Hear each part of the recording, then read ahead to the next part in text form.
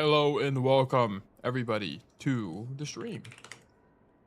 We are going to be doing some coaching today on this fine Monday, extra fine Monday. And we're probably going to go for a couple of hours. I will say today that I am feeling a little bit off. I got a migraine like not even an hour ago. I took some medicine and drank water and made something to eat, so I should be getting better. I get these things called visual migraines, which basically put an aura. It's kind of hard to explain, but there's like an aura in my vision, and it's hard to like read things and see what's going on. But I should largely be fine for streaming. If at any point I feel like I don't have the energy or I can't stream, then we'll just cut it early. But I figured I'd try. Top 500 Cassidy coaching. And we'll go from there. So if you do notice that I am slightly, wow, I feel like I'm even off as I'm talking. If you do feel like I'm slightly off, it's because I had a migraine. Okay. So I do apologize for that, but it's just a health condition. There's not a lot I can do about it. Okay. And I figured showing up is better than not. So we're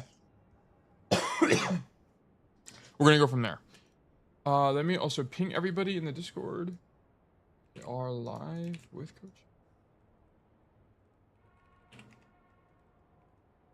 I did get a migraine earlier, so this stream might end earlier than normal. Just depending on how it goes. Okay.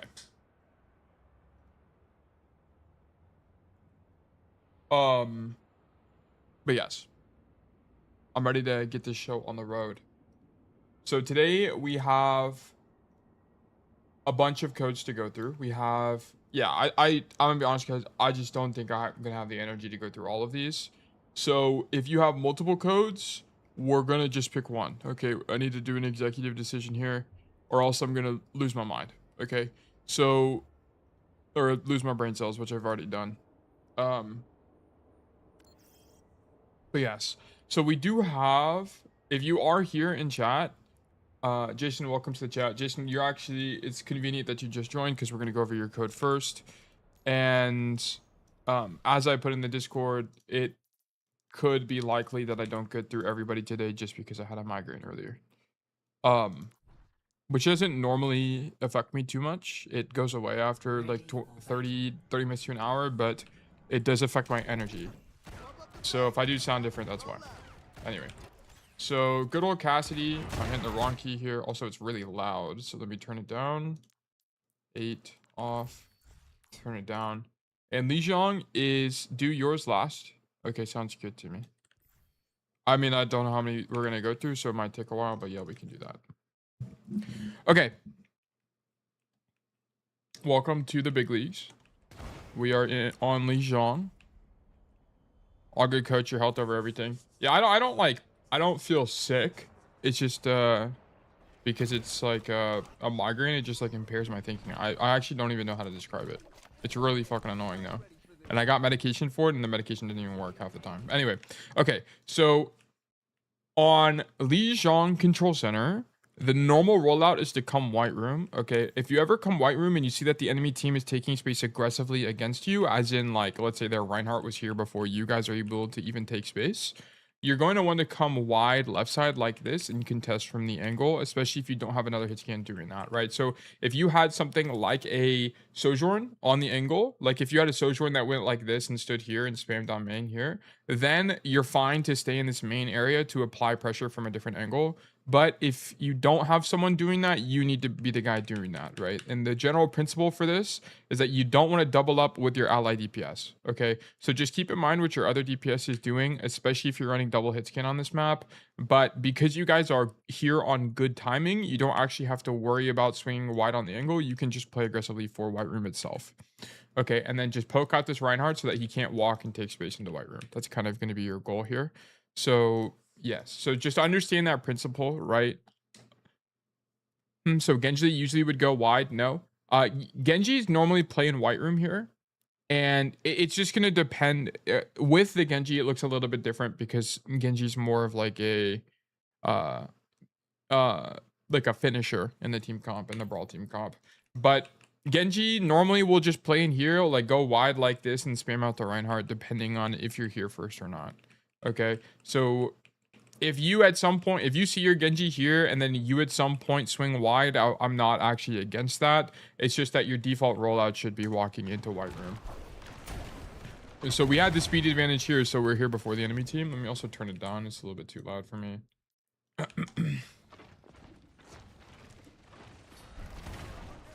And then you're playing this angle a little bit too passive. Yeah, so like here you should see this. This Ryan is playing super slow. You need to be able to put pressure on him before he's able to walk forward, right? So here you needed to identify that you needed to go left faster, but this is not terrible either. Yeah, so you need to put pressure on backline. Perfect. I actually love this from you, and I love that you're not rolling forward as well because you don't know if you're going to get pushed, so I actually like that a lot. Go for backline. Perfect. Were there any notes on this game before I get too far into this? Jason said first map was whatever and rolled the other team. Second map felt like could have done better. Third map kind of deadlift some fights but still lost. Okay, cool.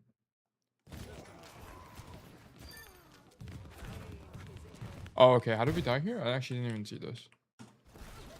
Oh, we don't die. I just clicked off of you. So we have to cap because our team isn't paying attention. That's excellent.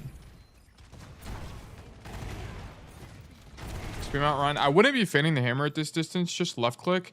And this is more of an ammo management thing than a DPS thing. You do good damage from this far away, but left click is just going to be more accurate and you'll have to reload less. So I'd prefer you to do that. And then I love this angle from you. This is really good. I wouldn't get too aggressive here, but I don't mind it. Like aggressive meaning I wouldn't roll forward and throw a flash, but this is perfect. Swing the angle, then roll backwards whenever they start shooting you. That's fine. Into this matchup. There are going to be some matchups where you can't really play like that, like a Reaper or something, but that was fine.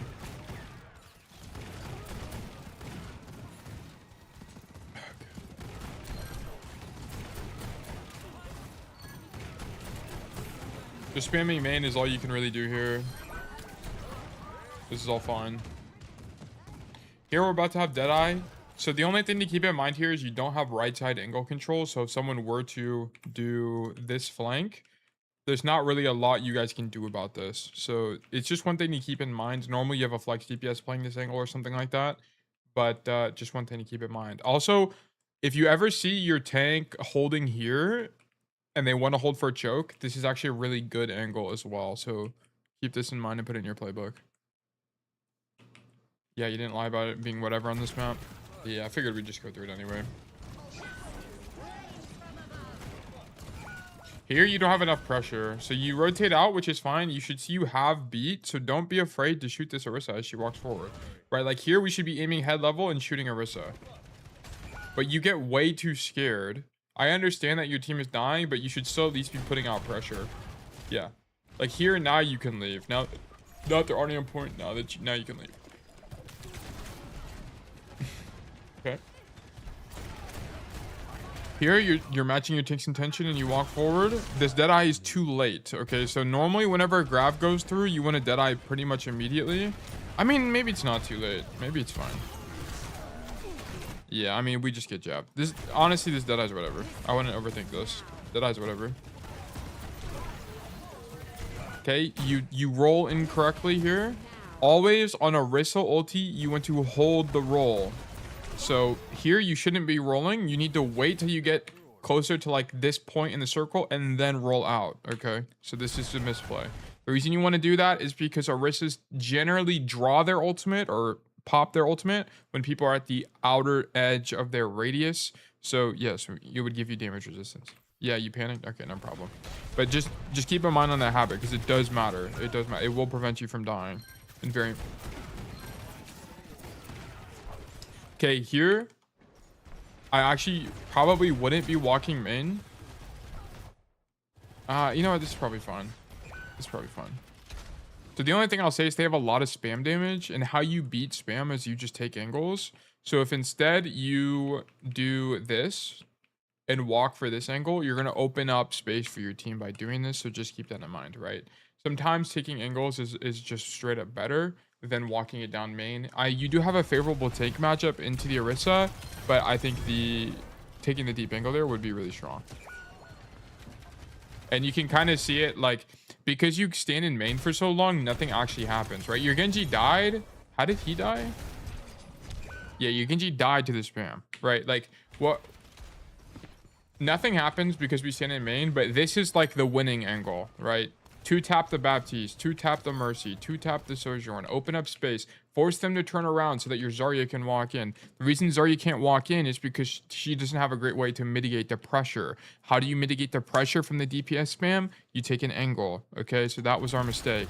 I really seriously think we should have flanked right side there. And if we didn't want to do it, it needed to be our Genji, right? But in solo queue, we can't bet on our other DPS flanking, so it needs to be us sometimes, okay? You just need to be conscious of where your other DPS is. Your Genji died early, so now you guys aren't going to have any angle control.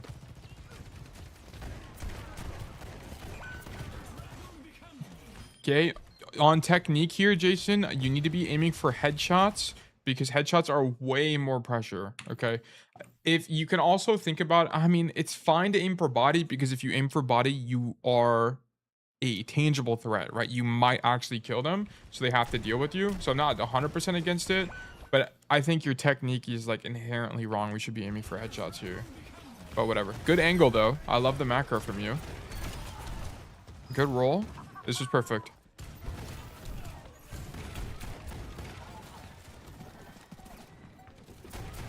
Poke the walk up. Excellent. Yeah, I was doing nothing, which caused us to fight. Like you said, Genji's the finisher. Was playing into the blade. Okay, that's fine. I think what you played, like what you did there was largely fine. It's more of like a technique thing broadly, which is you should be aiming for headshots.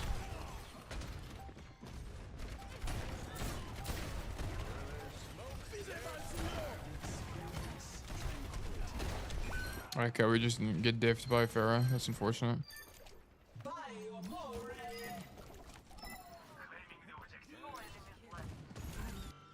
Okay, this was a good map from you generally.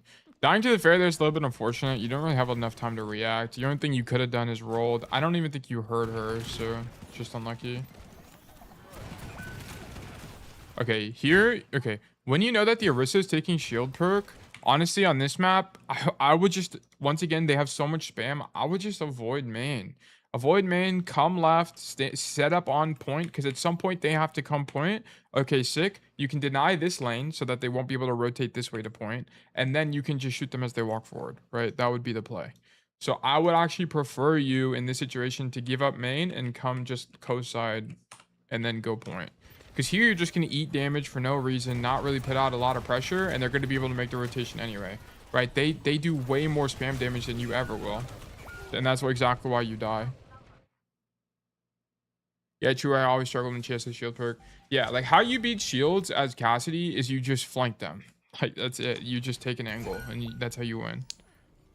Or you spam them out. Like Winston is the exception, right? Because you'll use Fan the Hammer or whatever. And Sigma can be the exception anyway. But playing into shield tanks is not. You do have quite a bit of shield damage, but it's not really winning for Cassidy. And it's also not preferable for Cassidy. Because whenever you're playing into shield tanks, you have to take gunslinging over Silver Bullet. And Silver Bullet is by far the better perk. So it's just one thing to keep in mind about those matchups, right? If you can't flank the shield, then honestly, you're better off on a different hero. But if you're a one trick, then you just have to suffer with not having Silver Bullet. Like here, why are we on this angle? Like, why are we in main? Here, you need to get healing, number one, and then you need to come fight the Tracer and control this angle. Because how do you guys win? What's Red Team's win condition? It's going to be forcing their spam damage to not spam down main. That way your team can walk forward, right? So if you come here, if you fight the Tracer and win and kill her, that's great. But also if you just come here and force resources on this side of the map, that's less resources down main so your team can actually just walk forward, okay? So this is bad macro here. You don't seem to understand what the win condition is into the enemy comp. Because this is I mean, it feels terrible, right? What are you supposed to do in these situations? Fortunately, your Zarya walks forward and doesn't die, but this doesn't feel good at all. Then you take an angle off your Zarya here. Kill the Tracer. Honestly, a little bit too late there, but whatever. Spam down main, this is fine. So why spamming down main? Fine here, by the way. Look who's in their backline. Ally Moira. And what is Ally Moira doing? Forcing resources. Forcing Sojourn to shoot her. Forcing Orisa to shoot her. Forcing Moira to beam the Sojourn that is shooting her, right? Your Moira is deadlifting this fight right now. Because she's taking an angle. Right? And that's how Overwatch works. Overwatch is always one on the angle. Or whatever. Here you see your Freya on the angle, so you don't need to go there. So we stay in main. Perfect. This is great. Here you see a window to cross and take it. I'm fine with that. A little bit risky, but that's fine. Here we come main. And then you leave to contest right side. Perfect. So this is all about lane control on Cassidy. Jason is stopping the enemy tracer from wrapping right side. This is perfect. This is actually perfect. Montana, good to see you, man. Hope you're doing well.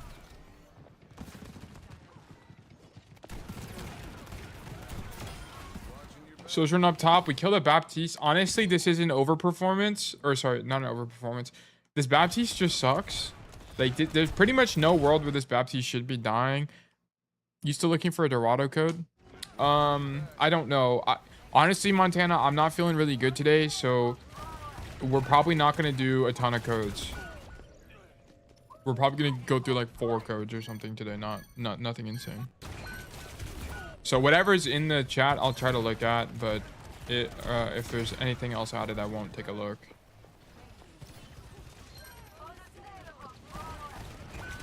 I don't really know how you're supposed to live here. So, okay, so there's like 2 lines of thinking for this.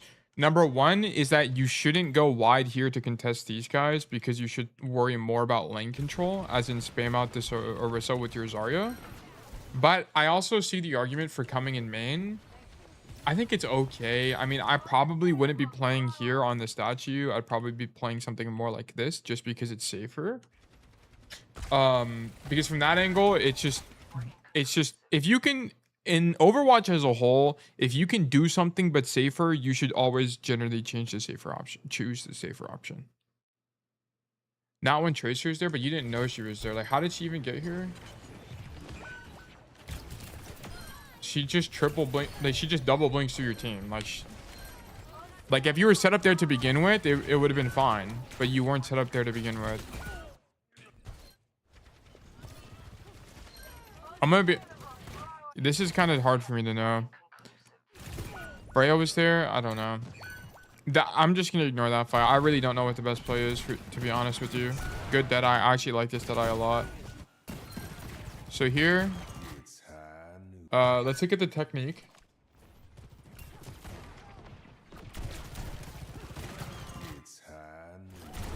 That lamp is just unlucky, to be honest. The idea is fine. You should have accounted for lamp. Dude, no. Look at this. He jumps over the wall in lamps. This is crazy. If you accounted for lamp here, that would have been insane. This is not like an account for lamp situation. This is just like a good play from him, to be honest. I think your best bet here is, like, I think the perfect play would be you draw a Deadeye, whatever, and then you don't go for the kill because you don't have roll, and then you instead walk back to point. That would have been better. But this is hard to recognize. I understand why you did this, but the problem is you just don't hold any space on this side of the map, right? Your Zarya is on point. Or no, your Zarya actually died. Do you go wide Deadeye? No, I think drawing here is fine. This draw is actually fine. It's just that you don't have space on the right side of the map, so your best play would have been to go main. It's kind of just like the fight was lost. We didn't need the Deadeye type of situation because I'm pretty sure your Zarya died earlier. Orisa would have speared you. Yeah, I think the Deadeye was fine. I wouldn't worry about the Deadeye.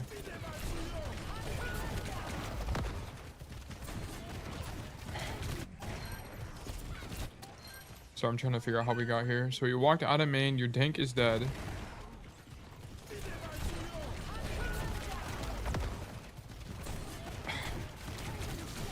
You just need to hit headshots. Like, Orisa is one of your best tank matchups in the entire game. Aim for headshots on this Orisa. If you only hit body shots on the Orisa, you're going to lose the matchup. You have to farm headshots. She has such a big head hitbox. You have to look for it. And that's why I was like telling you about technique earlier, right? If you're not aiming for headshots, it's not like Cass is unplayable without aiming for headshots, but it's a really big part of his value. It's a really, especially in a tank matchup, right? Into Orissas, into Sigmas, into all these different tanks, you just farm headshots and win.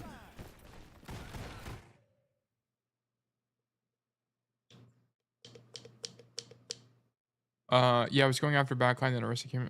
I don't really know exactly what fight you're talking about. If you're on YouTube, it's gonna be delayed. Are you on YouTube or are you on maybe I should just check. Oh no, he's in Twitch. Okay. I'm on Twitch. What do you so I don't really know what you're talking about, Jason. Cause like I think the play you did there was fine. Going main is fine in that matchup. The last fight? Yeah, the way you played this last fight was fine. It's just honestly your tank just inted and you lost. Like how can you be the win condition here? There's not really a way other than come main. Right? If you come left side, you risk getting pushed by the Orisa. You risk getting outranged by the Sojourn. It doesn't make any sense. Like coming in main, it's not really your job to be on the angle in this comp. Here you try to shoot the backliners, whatever. But I'm more talking about your technique than target priority, Jason. It's like your technique should be that you hit headshots. If you kill the 2 low supports, we can sure win. Yeah, that's fine. Like it doesn't really matter. But it's like, why are you not hitting headshots though? Even if you're aiming for the supports, or at least like you're not. It doesn't even look like you're aiming intentionally for the head. If you're aiming intentionally for the head and just missing, I don't really care. But you're not. You're just kind of aiming for center mass and being cool with that. You don't have to break the railing, by the way. You can just roll, and the roll will break it yourself, or break it for you. Also, if you're gonna do this roll across bridge, you take the wrong angle. You shouldn't be coming left side like this because the issue is now you're close in proximity to the bridge angle. So they can push you without a movement cooldown. Instead, you want to come this way because you open up this good angle on the enemy backline and you stop rotations from people like Tracer or Symmetra or whatever that come this way. So you should be going right, not left. Hit the Mercy, good job. And then you can, this is exactly it, right? It's an issue of proximity. Now you have W key itis. Why are you active? I mean, walking forward here is not too bad now I think about it. Because you're walking, she is a bit far. Yeah, she's 25 meters away, so it's actually fine. But here, and you should see you're too close, roll away, and you just kind of roll the wrong direction. You should be rolling to cover, which would be this big pillar in the middle of the map. So a little bit of a misplay there, but you have a lot of really good ideas. Just keep in mind you want to roll to cover, and managing proximity is a really important part of Cass. So I think like initially your issue, you should have just been here to begin with, to be honest with you. That was your first issue. Okay. Here we roll across. I wouldn't be rolling across here because there's a really good chance that I have to fight somebody in really close proximity on this side of the map, and I don't want to do that, right? I'd rather come here and then poke people out and have the safety of this cover from range and not have overly committed my movement cooldown early. So I'd prefer on situations like this, you just come across bridge and shoot them this way, right? Rolling across the gap is more of a start of game type of rotation and not so much a middle of the game rotation, right? It'll like if you watch me play Lijiang, there's very rarely do in the middle of the game where am I making this roll. Okay, this is more of like a rollout roll when I know they're not playing a dive tank. Okay, so I'd prefer you come this way, open up the angle, shoot these guys from here, and then poke them out. Okay, so and yeah, so this is like a position, or this is a staging error, right? Like I just wouldn't be on point here. I would be here poking out the Orisa mid rotation, poke out Orisa. I see the Orisa walk forward, and now I'm fighting Pharah. Okay, now I'm fighting Mercy. Now I'm fighting Orisa, whatever, and it's a lot safer. Can't abuse it for next time. Just don't roll across in the middle of the fights. I don't think it's very good because Cassidy, like foundationally on Cassidy, having roll is your most important cooldown, right? And we don't want to be in close proximity to the enemy team without roll. Okay, so just don't roll there. That's all it is. And then here, okay, look at the enemy matchup again. What is the enemy matchup? What's their comp do? They have a gajillion spam damage, and they have Pharah. Okay, so as a result, what do we want to do? We want to angle max. Okay, what angles can we take to make it hard for the enemy team to just spam one thing out? Okay, and so we should be looking to either take an angle. We should be thinking about coming right side. You wouldn't want to bridge. You could bridge just based on timing, right? It's going to be based on timing, right? Like if your whole team is coming right side, Okay, like your Doomfist is coming right side right now, and then you see your Echo go right side. Like we'll watch Echo. She ends up playing main. But if you see stuff like this, then you can come late over bridge and then swing or whatever. It's just gonna depend on the situation. You have to like weigh out the risk reward, right? The chance of you getting booped in this situation is pretty low, right? After that boop goes through, especially, then you should realize walking is a possibility across the bridge. So here it's fine to walk. But I would have been thinking about, because you can kind of see your team is making space on this bridge angle, pushing the bridge angle is fine, okay? But what I'm talking about is like in the poke phase, if no one is on an angle, very fortunately your Doomfist is on an angle, but if no one is on the angle, you need to be the person on the angle, okay? And this is why in higher elo, this is a really good example of, there's this common situation where someone will have an account that's trapped in gold, and then they'll make an ult, and then that ult will be like diamond or something, and then they can perform in that rank. And that's because the other DPS that is actually diamond understands that someone needs to be on the angle, so they're the guy on the angle, so that the main botting gold player is able to just play main and be fine, right? But the gold player doesn't understand that angling is important in Overwatch. Just take an angle that is free, simple, got it. Yeah, basically. I'm kind of like harping on this concept, but it's very, very, very important on this map in particular. I like here, you roll across the angle here. Look who's here, Orisa, right? If the Orisa was paying attention, you'd get jab spinned off the map or jabbed in general, and you're just fucking dead. Okay, so I wouldn't be doing any of this. Didn't really make any sense. Yeah, like we don't have roll. You're way too close to the tank. It's just not good. You should just walk bridge. Like your play here should be to walk bridge. Pick one. It's going to be either walk bridge and like look for this rotation wide like this, or you can come right side and then go for this turbo long rotation like this to shoot the back line. Pick one. I don't really care. Both of them are good. Yeah, this roll is game losing because it's just so easy to get punished by the enemy team comp. Especially in Orisa, right? You're rolling into a ground tank. It doesn't make any sense. Honestly, into any tank, it's not good. That was good technique to escape the Orisa ult, by the way. So what you want to do is wait, walk a little bit, and then roll toward the end. And you can actually see that he gets the damage resistance and actually lives the ultimate as a result. That's actually crazy. So let's actually see. Hold on. 250 HP. 210. It does 70 damage to you. It would have done 140. You'd be at 160 health or something right now, or 60 health. You actually probably maybe would have died here if you didn't roll that. Yeah, I told you I got better. Yeah, that's great. Good technique.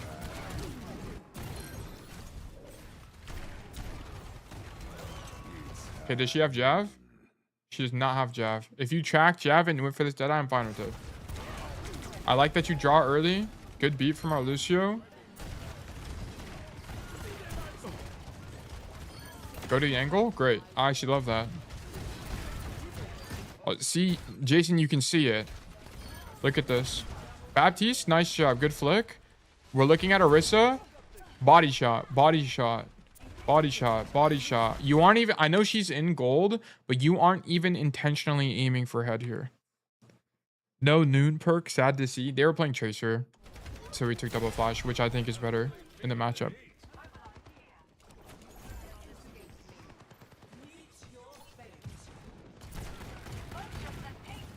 Okay, poke out the Pharah. Okay, you give up the angle way too easily here. So here, you shouldn't even be playing this angle. The reason why you don't want to play this angle is that the rotation out sucks, okay? So if they start pushing, you can't... Let's imagine the enemy team is on the bridge right now. How do you rotate out from this angle? The only way to do that is to come into hut, and then hut itself is not a good angle. It's really isolated. I mean, there is a mega, but it's really isolated from your team and far away. What you want to do is you want to play this wall so that when they start pushing, you can back up to here, and then you can back up to here, right? It's like a 3-stage rotation out. You should have played on this corner is where you should have played. Don't play like toward the outside. Just play the corner because you can back up this way, right?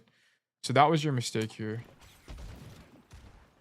Because now, like, because you're on this angle and you see them start pushing, you feel uncomfortable because of this kind of like how the architecture of the map works or is. It's harder for you. So you need to play this and then back up. But because you give up the angle so early, the soldier's able to walk up with most of his resources, right? I mean, he gets Mercy Pocket, but you would have actually probably been able to kill the soldier with this Doomfist Lucio follow-up here.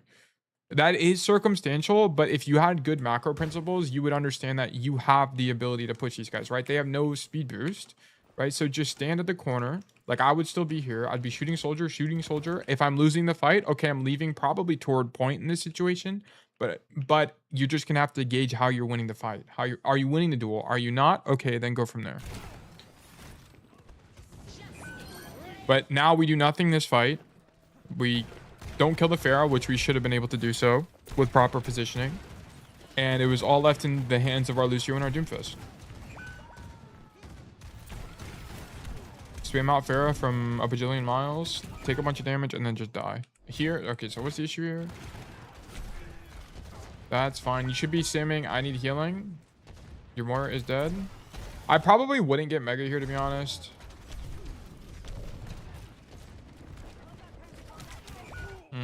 I don't know what I would do. Do full rotate? I actually don't know. Honestly, it's kind of just like don't take damage here. And then this is... Yeah, it's kind of unlucky. I actually don't know. Because I don't know if I'd get Mega. I think it's kind of just you need to roll away from the angle. Like here, this is super circumstantial, but I think you just need to roll backwards and then like come back this way. Come back here, stand here, wait for out of combat regen, and then go back in is probably your best play. It's hard to recognize, but I'm pretty sure that's your best play there. Yeah, he rolled to cover. I think you just needed to roll backwards. Like you needed to make space from the fair spam. Do you roll left? No, I think you just roll backwards toward the bridge. You got to stop doing this. Stop doing this. Stop. You're just going to get punished. I mean, you got punished earlier. You're going to get punished again. It's a good idea, but it's only for like the rollout, initial rollout of the game. It's not like something you should be doing all the time. Because like this angle fucking sucks. Like you want to be on this angle and then rotate to here and then have this angle in the mid fight. This is what you want. Or you want it, like honestly, if you rolled here and came this way, it'd be okay. But then you'd be met with the Orisa and you'd probably just die. So I just don't even think you roll across there. Yeah, too close. Yeah, it's a proximity issue, right? Like I don't like rolling across here because it sets you up for bad angles. Like because where we needed to be right now is to be here and then realize that we had all of this space and then realize we could have a really good flank on the back line. Like that's what you needed to be doing. But because you rolled across, you weren't able to find the timing for the good rotation there. Good micro on the 1v1. I don't really like the Deadeye, but it's fine. It's like the idea is fine, so it is whatever. I just wouldn't have done it personally. And then here, this is distance management. Why are we walking forward? Here, good shot on soldier. Sick. All right, play the cover. You can see the Pharah from here, right? Why are we walking forward? So you just walk forward unnecessarily and it gets you killed by the Orisa. This is game losing. Losing point kind of got antsy. I wouldn't... You have to think about what the win condition is, right? You're the win... Standing here is so broken. You're the win condition. You actually would have won the point if you stayed here. Yeah, it's not your job. Okay, you do end up winning the point, but it's circumstantial. Like your team just deadlifts, honestly. Just keep in mind, distance man, like Cassidy wins into most ground tanks with good distance management, right? But because you walk forward into the enemy Orisa for basically no reason, you just discombobulate. Okay, so you need to watch your distance there. Okay, good kill on the Tracer. And I'm glad you leave the angle. You see the rest of your team is marking that angle there, so you don't really need to be there. And if everyone rotates and there's actually no one marking this angle, then the soldier just gets to walk for free, right? So here I'd actually be looking to mark the soldier and not worry about all of this. Okay, so you actually killed your Moira. So here you need to identify that that soldier is almost definitely going to be pushing bridge. So you need to stop him from even walking forward, right? You should be taking the soldier fight when he's right here and not when he's right here, okay? Because he's right here, now he can play cover easily and be able to live the fight. The fight is a little bit more winning for him. But if you fight him as he's crossing the bridge, what cover does he realistically have? I'll answer that for you. None. Okay, so you played this. Yeah, you did play this too passively. So soldier's actually able to walk forward and then he beams your Moira. This is your fault. Okay, you should have been watching the angle. And because you're late and you don't play it aggressively enough, he just dies. I would ego him. Yeah, you needed to ego him when he was on the bridge. 100%. Got to take that corner. Yeah, you need to like if you just play this corner more and then like make this rotation back, you're just gonna win more. You're gonna get way more value. You're gonna stop stuff like this from happening, and the game will be won. Good rotation back to this corner. And I'm glad you're living in the mid fight. Once again, why are we walking forward? You're on a good angle and your Doomfist is touching, okay? Don't walk forward here. Just stand a gajillion miles away and headshot farm the Orisa. Like, it's actually perfect. And then once this shield comes up, then you can rotate wider, right? I don't want you to get closer. I want you to get wider, right? So go like this. So here, you're just like way too close. And then we die to the Tracer. Oh, we get rezzed, but it doesn't really matter, honestly, whatever. Oh, no. The game's over. Yeah. Okay, so there's a bunch of issues here. I think you don't play your angles correctly, right? Whenever you're marking an angle, you want to fight them when they have no cover, right? Like on a bridge. Like, I just needed you to play this bridge angle more aggressively, right? Stop the rotations from happening. You also walk forward too much in like overtime or close point situations. So I'm not a big fan of that. And then you're also not intentionally aiming for the head in tank matchups. So be very, very, very cognizant of that. It's extremely important in the Orisa matchup in particular. Yeah, aim head and position better. Be specific whenever you're giving yourself something to work on. Position better is not, like, what does that even mean, right? Take one aspect of everything I've mentioned and then start applying that to your gameplay. He needs to ego more. It's not an ego. Okay, when Ark talks about ego, by the way, I don't feel like that encapsulates what the principle of the game is, right? When he was supposed to take this duel with the soldier, is this an ego situation or is this a mark and angle situation? Okay, this is a mark and angle situation.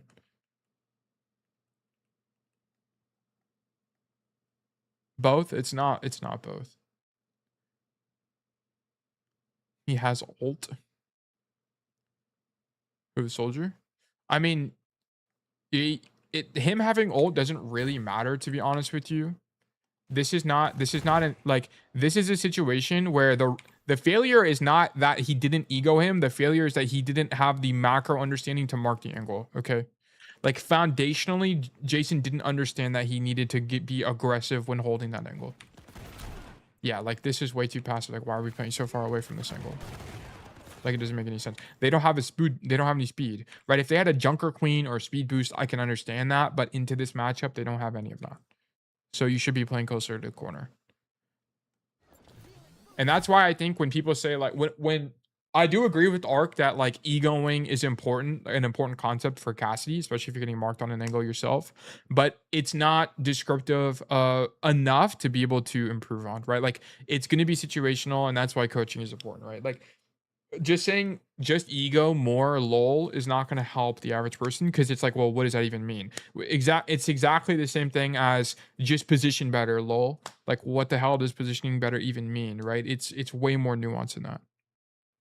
Anyway, Jason, I hope that was informative. I don't have anything like specific other than that I can think of off the top of my head. You have to go back to the VOD and just pick one or two things. Don't overthink it. Just pick one or two things that I mentioned and then start working on those. Thanks, Tails, always. Yeah, of course. Thank you so much for the code. I always appreciate you being a part of the community. Okay, who else is here that wants to do a code? I know Timmy is here, but he said he wants to do his last. Okay, so who is here and wants me to look at their gameplay? Anyone in particular? Montana. Is Montana here? We did Montana Shambali with Ark. And then I don't think Montana has. Do you have any? I don't think he has any more codes.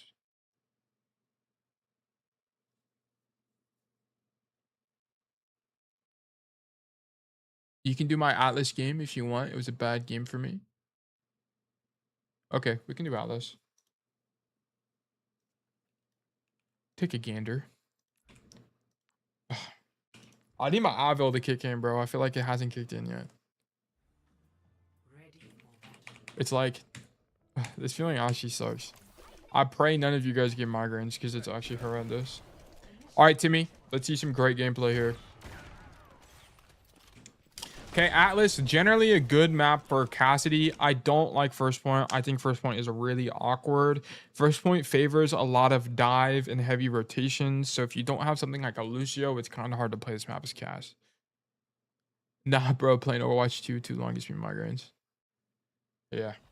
I don't get Overwatch, or so my migraines are exertion related. So if I do a lot of cardio or something like that, or exercise, I get migraines. Like today, it was a very interesting situation. I forgot my calculator for an exam, so I literally ran back to my apartment to get my calculator, and then right afterwards that triggered my migraine, and I fucking had a migraine during the entire exam. It was awful. It was actually horrendous, but you know, that's how life goes sometimes. Okay, anyway, talking about the game. I suck at this map so much.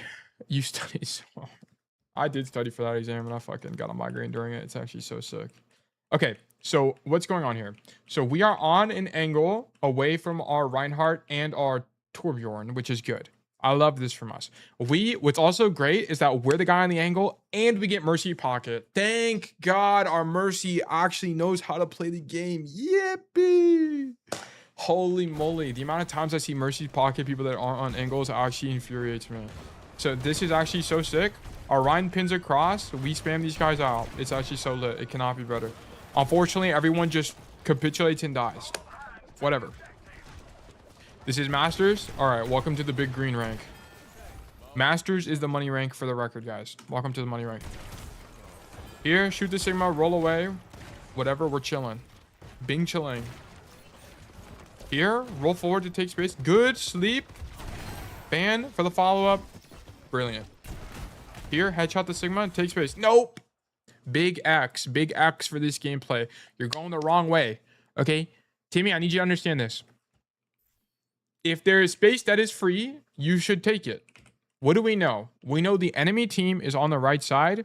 Let me use my brain. Where is the enemy team? If they're all on the right side, where are they not? I think they might not be on the left side. Oh my gosh, let's go left side, guys. Okay, go left, bro. Why are you walking toward them? Come here, open up the angle. Once again, force them to deal with you on the angle so that your tank can walk forward. That is the play. 100 billion% of the time, this is the play. Carmen, welcome to the stream. Good to see you. We are doing some coaching. But yes, Timmy, you're going the wrong way, bro. Stop walking toward these guys. This makes no sense. You're walking toward a Junkrat. Now you go left, but we should have been going this way earlier, okay? No hesitation on this rotation. Just go, okay? Your Ryan pins in, whatever. Keep going, keep going. No! No.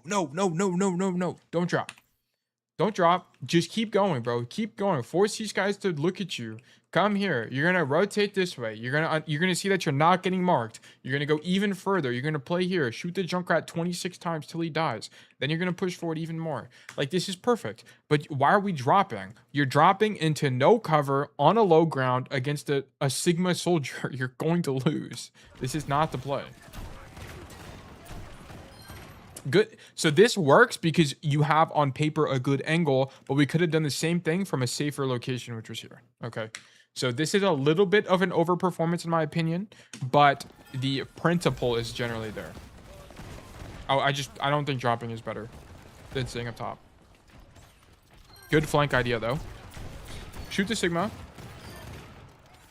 Shoot the Junkrat. Walk over to contest the Junkrat. That's fine by me. And you roll because you know he's not going to fight you in time. It's fine. Now we have Deadeye. Poke the walk up.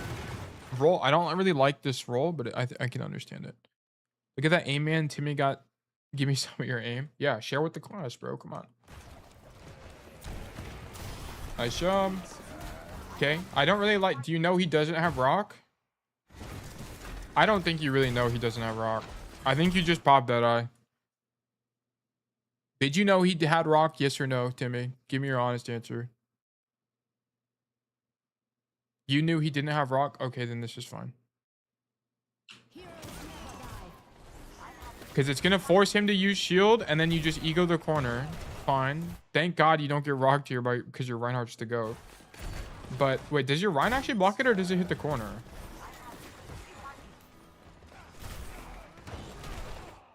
What the fuck just happened? I think it hit the corner. That's so very fortunate. Will shield will fuck it over? No. Well, he can it's fine because he gets to hold the angle. It means that the Sigma can't walk forward and he can just break the shield. Like, it's fine.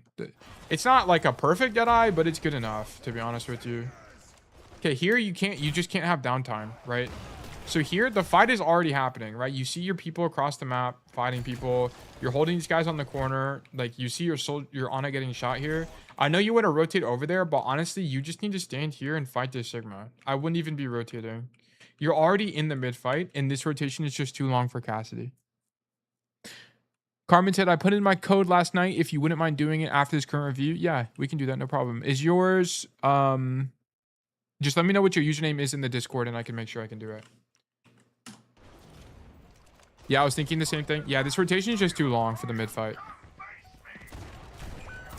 Yeah, you could have, like, your Ryan dies because he gets really aggressive here. He tried to shield that. But look, his shield breaks and he goes for a shatter. You would have been able to follow this up. I don't think the Sigma would die here, but it's just more pressure on their backline, and there's an alternate universe where things happen. I think your rotation here is just too aggressive or too slow. I think we needed more uptime. I don't think this is like throwing because the idea is fine, but I don't think it's optimal. I think optimally you would understand that every other rotation is just too long. In game is Hysteria and code is okay. Cool. Oh yeah, he did have a ticket. Yeah, we'll check that out later. We'll check that out later, Carmen. We'll check it out right after this. ETA is probably like 30 minutes for the next code. Okay, here we come far left. Once again, we're opening up a flank on the enemy team. We see the Junkrat take the 1v1. Love this from you. Great job. I'm new to the game. Okay, we'll take a look. I do. Yeah, we'll talk about it more when we get there. Are you touch? You are unfortunately touch. So whatever. Oh, we get res. That's actually so lit. Bad flash because he was already dead, but whatever. Standing still against the Moira that's not looking at you. That's nice. All in all, Denny or Timmy, 7 out of 10 point from you. Honestly, pretty good. There was like one fight where I had a problem. Everything else was like largely fine. Okay, here. Mark the Junkrat and you rotate wide. Okay, here you just need to understand that above all else, you need to live. I don't care about killing this Junkrat. You just need to live. You, instead of walking and standing behind cover to wait for healing, you like ego this guy and go way too far wide, in my opinion. Like here, you shouldn't be using your time in the air to move right to land on the other side of this thing. You should just land behind this and stand here and then get healing.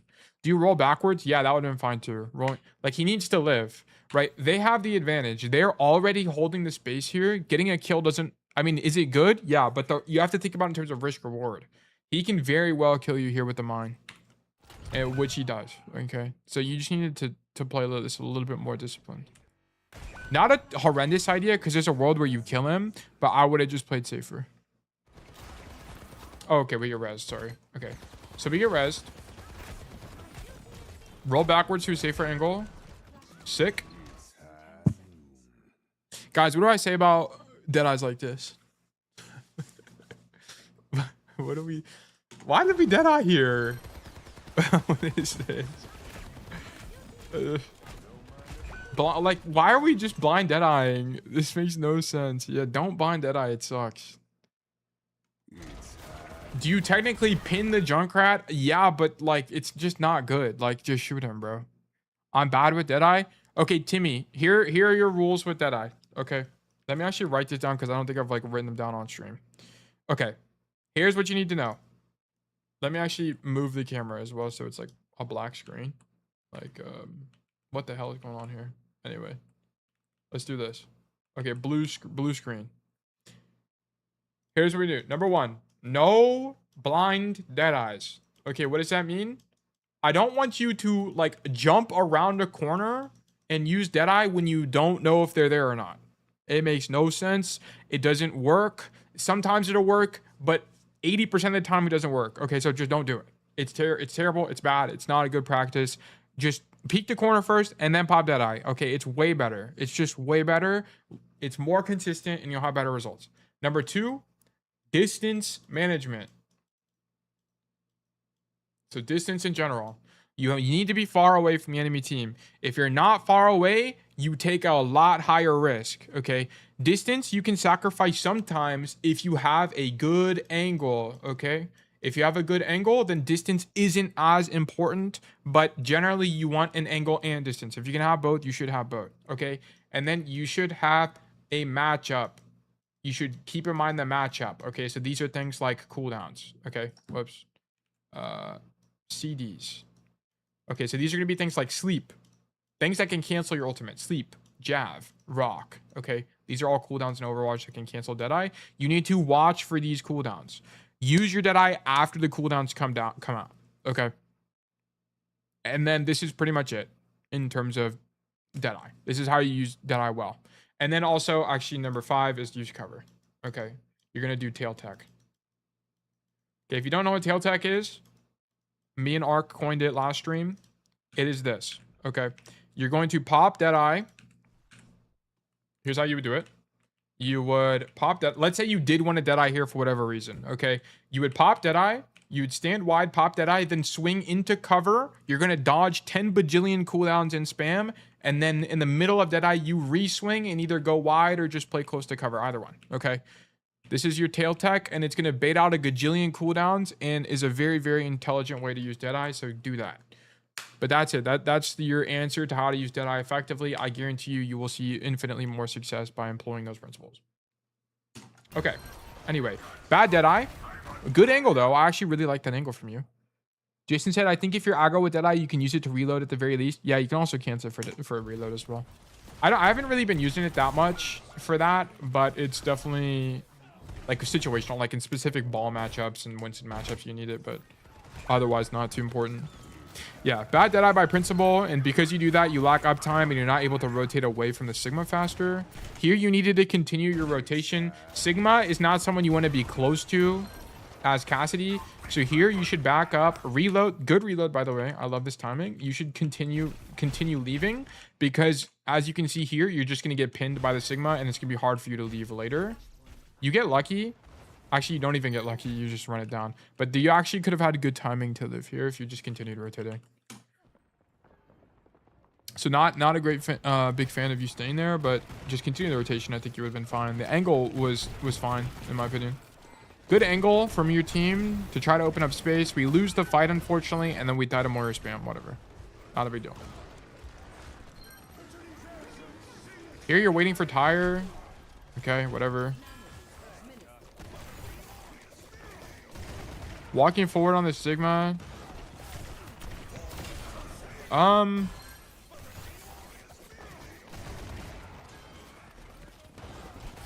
Here, this is fine, but why are we jumping? Just don't jump. So the reason you don't want to jump is it makes it harder to aim. Like if you were aiming for head right here, which would be good technique, it's going to be if he moves laterally or anything, you have to also have a vertical component of your mouse movement, which is just harder to hit. So, but if you're just moving left and right like this, it's only horizontal mouse movement you have to do. So just don't jump. Also jumping, the higher elo you go, the more predictable people find jumping to be. So don't jump. You jump a lot. I don't care if you jump like in the neutral, or sorry, like in the poke phase, but in situations like this, you shouldn't be jumping because it also makes it harder for you to aim. Like you can actually see it happen live right here. Shoot the soldier, whatever. Why do you think you missed those shots on Kiriko, Timmy? It's because you're jumping. Why are we jumping? Okay, stop jumping. Doesn't make any sense. Should you unbind it? I had to unbind Crouch in Valo. No, don't unbind. You need to be able to jump in Overwatch. It's very important. Because there's so much verticality and shit you just need to jump over in general. Don't unbind it. Someone's hitting your jump key? Yes, your little gnome. Your keyboard gnome is doing it. It's surely not yourself. Okay, here we're in the Sigma matchup, so we have to play a gajillion miles away. This is matchup specific. Normally, I'd actually prefer you get a little bit aggressive and either play this angle, which is closer, or look for something like this. But in the Sigma matchup, distance is really important. So playing a gajillion miles away is fine. So I have the hiccups. I will not hiccup again. All right, now I won't hiccup again. Okay, don't like this because it's not a good sight line, right? It wasn't really in the principle of what I was mentioning earlier, but the sight line's not really good. What space are you holding with this? Not really anything. So if you're gonna do this Deadeye, your idea should be to go wide here to shoot the Sigma, which is what you do. I just don't like the Deadeye, I'm gonna be honest. It's just a bad angle. This is like just experience. It's too tight of an angle to actually get a lot of value here. And you can kind of see this. So the soldier swings you without you knowing, and he can just play tight to cover there. And it's hard for you to actually kill him.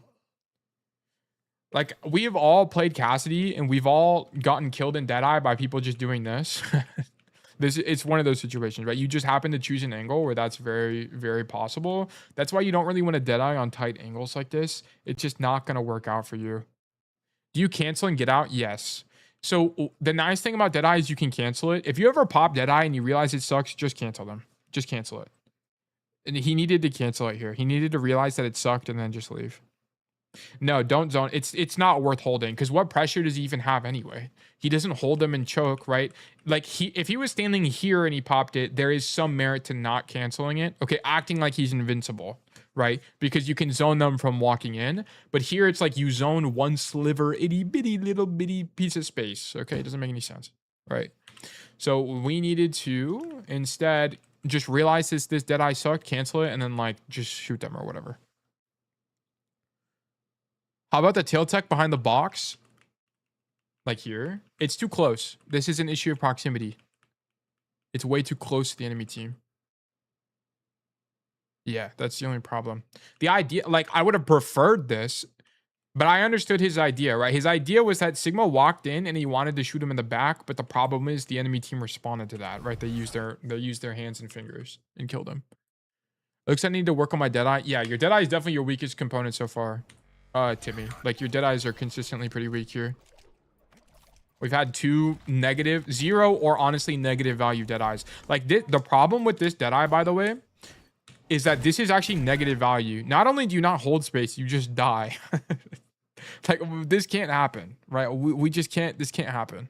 We can't be doing it like this. So yes, we needed to not do this. That was unfortunately a game-losing Deadeye. 1 out of 3, not bad. Oh yeah, you did have the one on first point. 1 out of 3 is bad. You need to have like an 80% successful Deadeye ratio. Like it should be like 80%. It's like if you popped Dragon Blade on Genji and died in it 2 out of 3 times you've used it, it's like obviously not good, right? It's the same idea. Deadeye is not a shit ultimate. It's just hard to use. It's actually quite a good ultimate. Here we come right side to open up the angle. Perfect. And you can see it almost worked out. That was really good aim technique, by the way, to shoot the Moira.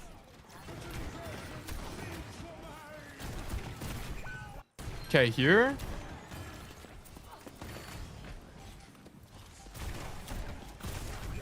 Yeah, you should. This is kind of tough. So here you roll for uptime, which I can understand. But here, yeah, you just need to react faster to the Sigma walking forward on you. So the Sigma knows that you don't have roll, and then he starts flying toward you. Here, you should see the Sigma walking towards you and be like, oh shit, I'm getting pushed, and then just leave. Yeah, he does need to back up when he sees Sig coming in. Yeah, when you see the Sig walking forward, you just need to leave, right? Especially when you don't have roll.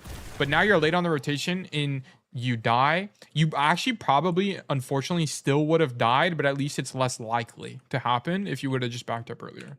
Right, Cassidy, the higher elo you go, the more you have to have rotation timings absolutely down, right? When someone's pushing you, you have to give. I'd rather you give up an angle too early than too late, because at least too early, you have downtime. Too late, you fucking die, okay? So I'd rather you not die. Good shot. I mean, and you can kind of see him getting carried by the angle here. This angle is really strong. We just lose the duel on this soldier. You just need to win that. That's all it is. Did we have flash? I think you... No, you don't have flash here. Oh, it did come off cooldown. If you flashed him, I don't think you kill him, but you would have done more damage at least. Good angle, though. I actually love that angle from you. So I wouldn't play that angle again just because of the Sigma matchup, right? Sigma Junkrat, this is just kind of too tight of an angle to be playing into that enemy team comp. I'd rather you be playing bridge and just spam the walk up. I think it's going to be generally safer for you. You also have, and then it's also easier to rotate out of this angle, right? Part of the problem with playing here is that you can't it's kind of hard for you to see the Sigma and the Junkrat walk on you. But if you pick an angle like this, where it's a lot more open, it's a lot easier to see Sigma. It's a lot easier to see Soldier, anyone who might push you. So then you can react faster whenever you're backing up. Would he win that fight without jumping? I don't know. And honestly, it doesn't really matter because at the end of the day, his position is good enough where it should be winning anyway. So I don't really care about the micro too much. My tank was the GOAT this game. I haven't even been paying attention to your tank. Okay, just roll that. Whatever. Your position was fine. We just don't die to wheel. Lol. Okay. Why are we walking forward when we don't need to? So this is a distance management issue. Roll. Okay, the roll probably shouldn't happen, but whatever. Here, why are you walking toward this Junkrat for no reason? So now you drop off the high ground, and now you're in a worse angle for this 1v1. This was a mistake. Yeah, don't drop. Makes no sense. Don't get closer to people if you don't need to be. Just stay on the high ground.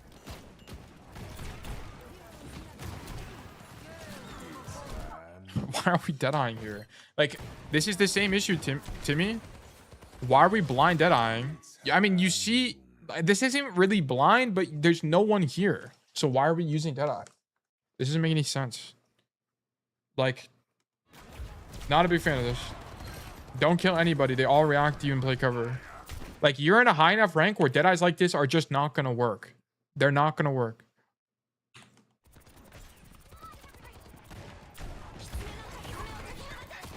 One out of 4. Unfortunately, yes. Good angle, though. This was really good. So here, love this from you. Love that you go really wide for the rotation. I don't like the roll, though. Why are we rolling here? These guys are going to fight you. You're way too deep. They have to fight you. So they're going to come swing on you. If they don't fight you, they just lose. So you know they're going to push you. So now you don't have roll here, and you needed roll to be able to roll back into cover. So this was your mistake. Good shot on the Kiriko, but it's a little bit of an over... I mean, not an overperformance, but it's just like, why are we rolling to an angle we don't need to be at right now? The flank is strong enough itself. And then we lose this. Unfortunately, you lost your team this point, Timmy. You definitely could have won. If you had a better Deadeye and you didn't roll to the angle, you could have won. And you also choked like 2 1v1s. But that, hey, whatever. It is what it is. Okay, this goes like all the way to 0.5. Okay, spam all these guys out, whatever. Push with the Reinhardt. Match your team's intention. This is a good foundation. Or this shows me you have good fundamentals here. Love this. Almost died at Sigma. Honestly, if you died there, I wouldn't have been mad. Not a big deal. Okay, watching it in 2 times speed is actually making my head hurt even more. So let's watch it a little bit slower. Here we come main. So we need to stage. Why are we not staging? You're kind of just existing. Don't like this from you. So here, staging on Cassidy on this map looks like either standing here. You can fight aggressively for this angle if you know they don't have speed. Or you're going to stand like here type of situation. Right? But you come main. Like, I don't really know why we're standing main. And then you come hop your Reinhardt from this angle. Like, this is not the angle you should be hopping Rein from. You want to help him from here.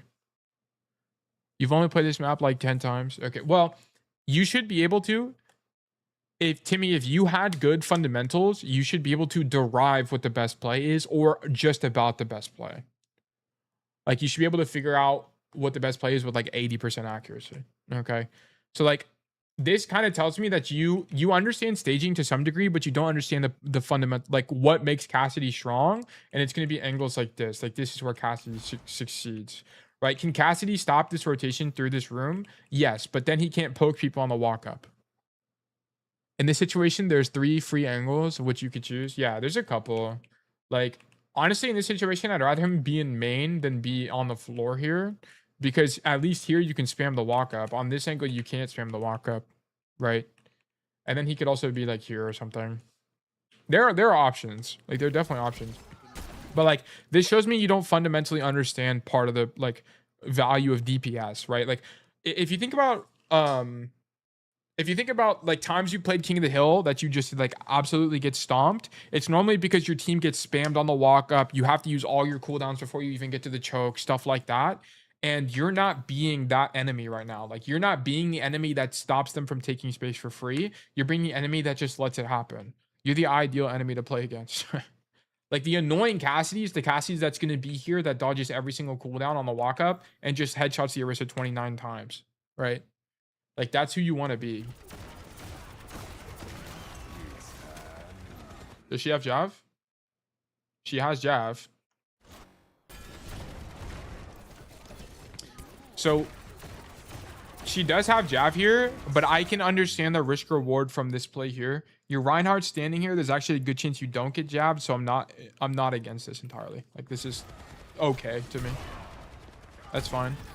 But the problem with this is whenever you're using Deadeyes for situations like this, you generally want to do it when the enemy team has committed something in their push already, right? So this is like, you want to see the Orisa jab spin to point. You want to see someone like the Junkrat double mind a point. You want to see the soldier commit wide like this. You generally want to see some level of commitment, right? Because what's happening here is that they haven't committed anything, so it's actually super easy to kite this ultimate. So this isn't a losing Deadeye, but this is a neutral value of Deadeye, and we want to have winning Deadeyes, okay? So you're on 2 out of 5. I'd say you're 1.5 out of 5 right now on Deadeyes. 1.5 out of 5. This is a neutral, like you just don't really understand when Deadeye is good. Like Deadeye is really good after they've committed something, right? Whenever they commit cooldowns to get in, like a monkey jump, for example, right? If the monkey jumps in, then you pop Deadeye because what the hell is he going to do after he's already jumped in, right? It's impossible for him to react. In this situation, it was super easy for them to kite. They have a ton of cover and they haven't used cooldowns to walk in yet, right? So this Deadeye didn't do anything. Nice distance management and good roll there on the tire. And then here we shoot the Orisa. Right, but here's the problem. Why do we drop here? Why are we dropping here? You give up a good angle for basically no reason. Honestly, instead of playing like this against the tire, you should be playing like probably like this against the tire. Because when you drop here, how do you get back to this angle? Like it's way harder. So I actually don't like you dropping here at all. You should have stayed on that top side of the map. Because now the Orisa takes space. And it's hard for you to be able to actually contest this very well, right? Because you can play this angle, but your proximity is really close to the Orisa. Like, honestly, at some point, I mean, yeah, you kind of just have to spam this angle now that you're already here. And then don't walk closer to her. Why are we walking any steps closer to her? Play far away and just shoot her. This rotation, I'm actually not mad about. You rotate to a better angle, shoot the Orisa. So that you have the same issue as Jason. Did I work after tire there? No, because the angle sucks. If he was right here and he used Deadeye after tire, look at this, okay?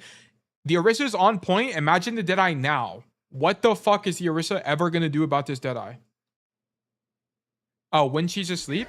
Yeah, this Deadeye would go crazy. It'd be insane. And he'd have to be up here. But because he's not up there, he doesn't even have the opportunity to do a good Deadeye. Like, he needed to not drop. Also, I wanted to mention on this Orisa, you're not consciously aiming for head. You're just, like, aiming for body. In the Orisa matchup, you need to hit headshots. Trust me, guys, it's easier than you think. Okay, she has a ginormous head hitbox. You can hit headshots, trust me. Bro, you're fine. Aim for the head, bro. Jump out the map to prevent stagger, that's fine.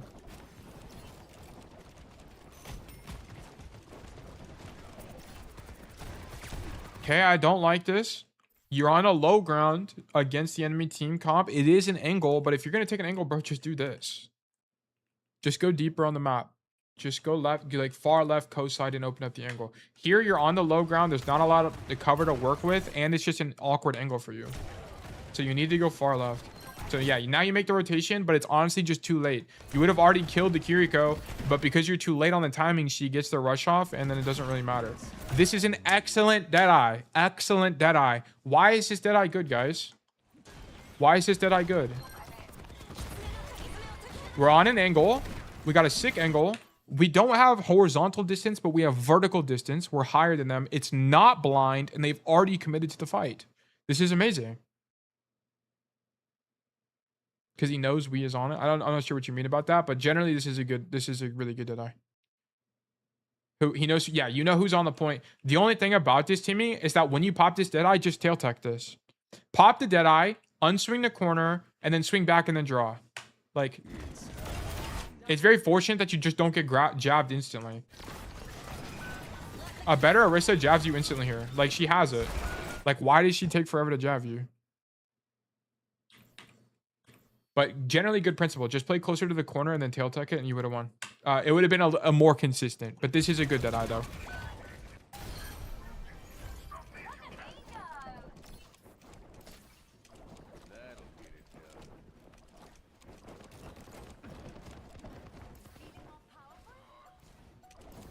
Okay, now we're on a good angle.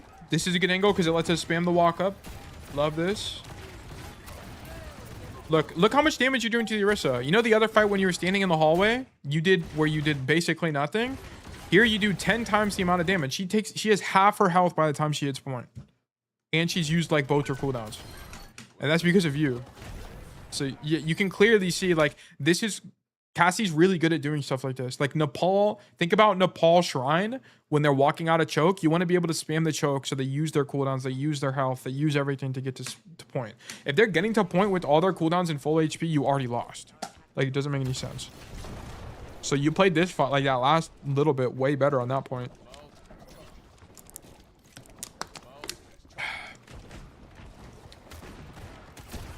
Okay, this is just too far. Just take more space on the left. You're like way too far to be able to actually do anything. Just come here. Do the same thing from here. It's just closer to the enemy team. Okay, I don't like you dropping to low ground. Doesn't really make any sense as Cassidy.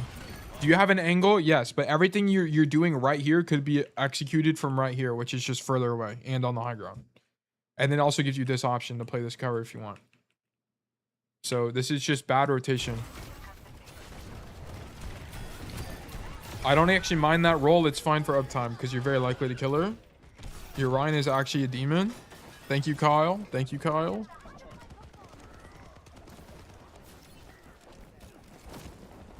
Okay, we back up. Poke the walk up. Once again, excellent work. You roll here because you know you're not going to get pushed. So rolling for uptime's fine. We can't drop here. This looks like a mistake, but you can't drop here. You just can't. Because the problem is, rotating out from this angle fucking sucks. Like, this rotation sucks. Every single rotation away from this angle is terrible. You need to stay up here so you can spam this and rotate out this way. It's way safer. So now that you've dropped, honestly, you need to understand that fuck uptime. You need to get back to the safer angle. Just roll this way, come back, and then stand here again. Like, you just can't be on the floor here. Yeah, like, this is exactly what I would do too. And then, honestly, dropping here to fight the Orisa is fine. Honestly, I'm not worried about that. Deadeye's okay. Deadeye's okay. So the problem is, you do this to, like, try to save your Reinhardt as well as stop them from taking space here. Miracle that you dodged the jab. But I can understand the risk reward here. You kind of had to. So you're 3-6. You're 2.5 out of 6 right now. 2.5. This is like an okay. This is a... But your big issue here is you shouldn't have dropped in the first place because you dropped a bunch of pressure and they were able to take space.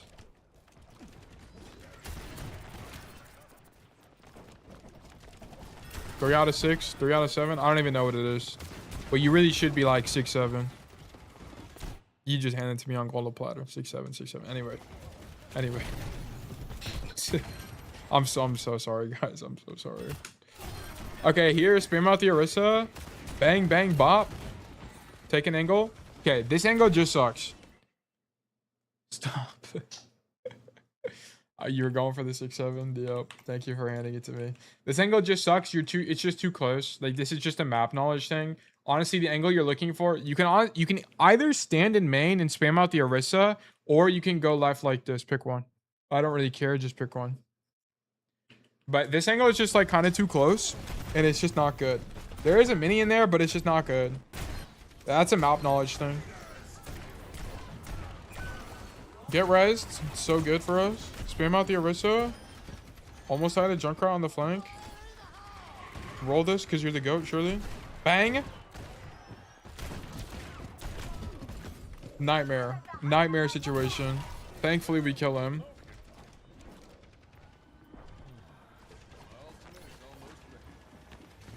We're now on the flank. Here, you need to go high ground. Here, you need to prioritize the position here. Think less about, like, where's the enemy team to flank here. Think more about coming here and then shooting them from here. Think about what's the good position here. This isn't too terrible, though. You get a little bit unlucky with Kiriko timing, but if you just went to the position, you would have caught the Kiri. Okay, what happens here? That Deadeye is fine.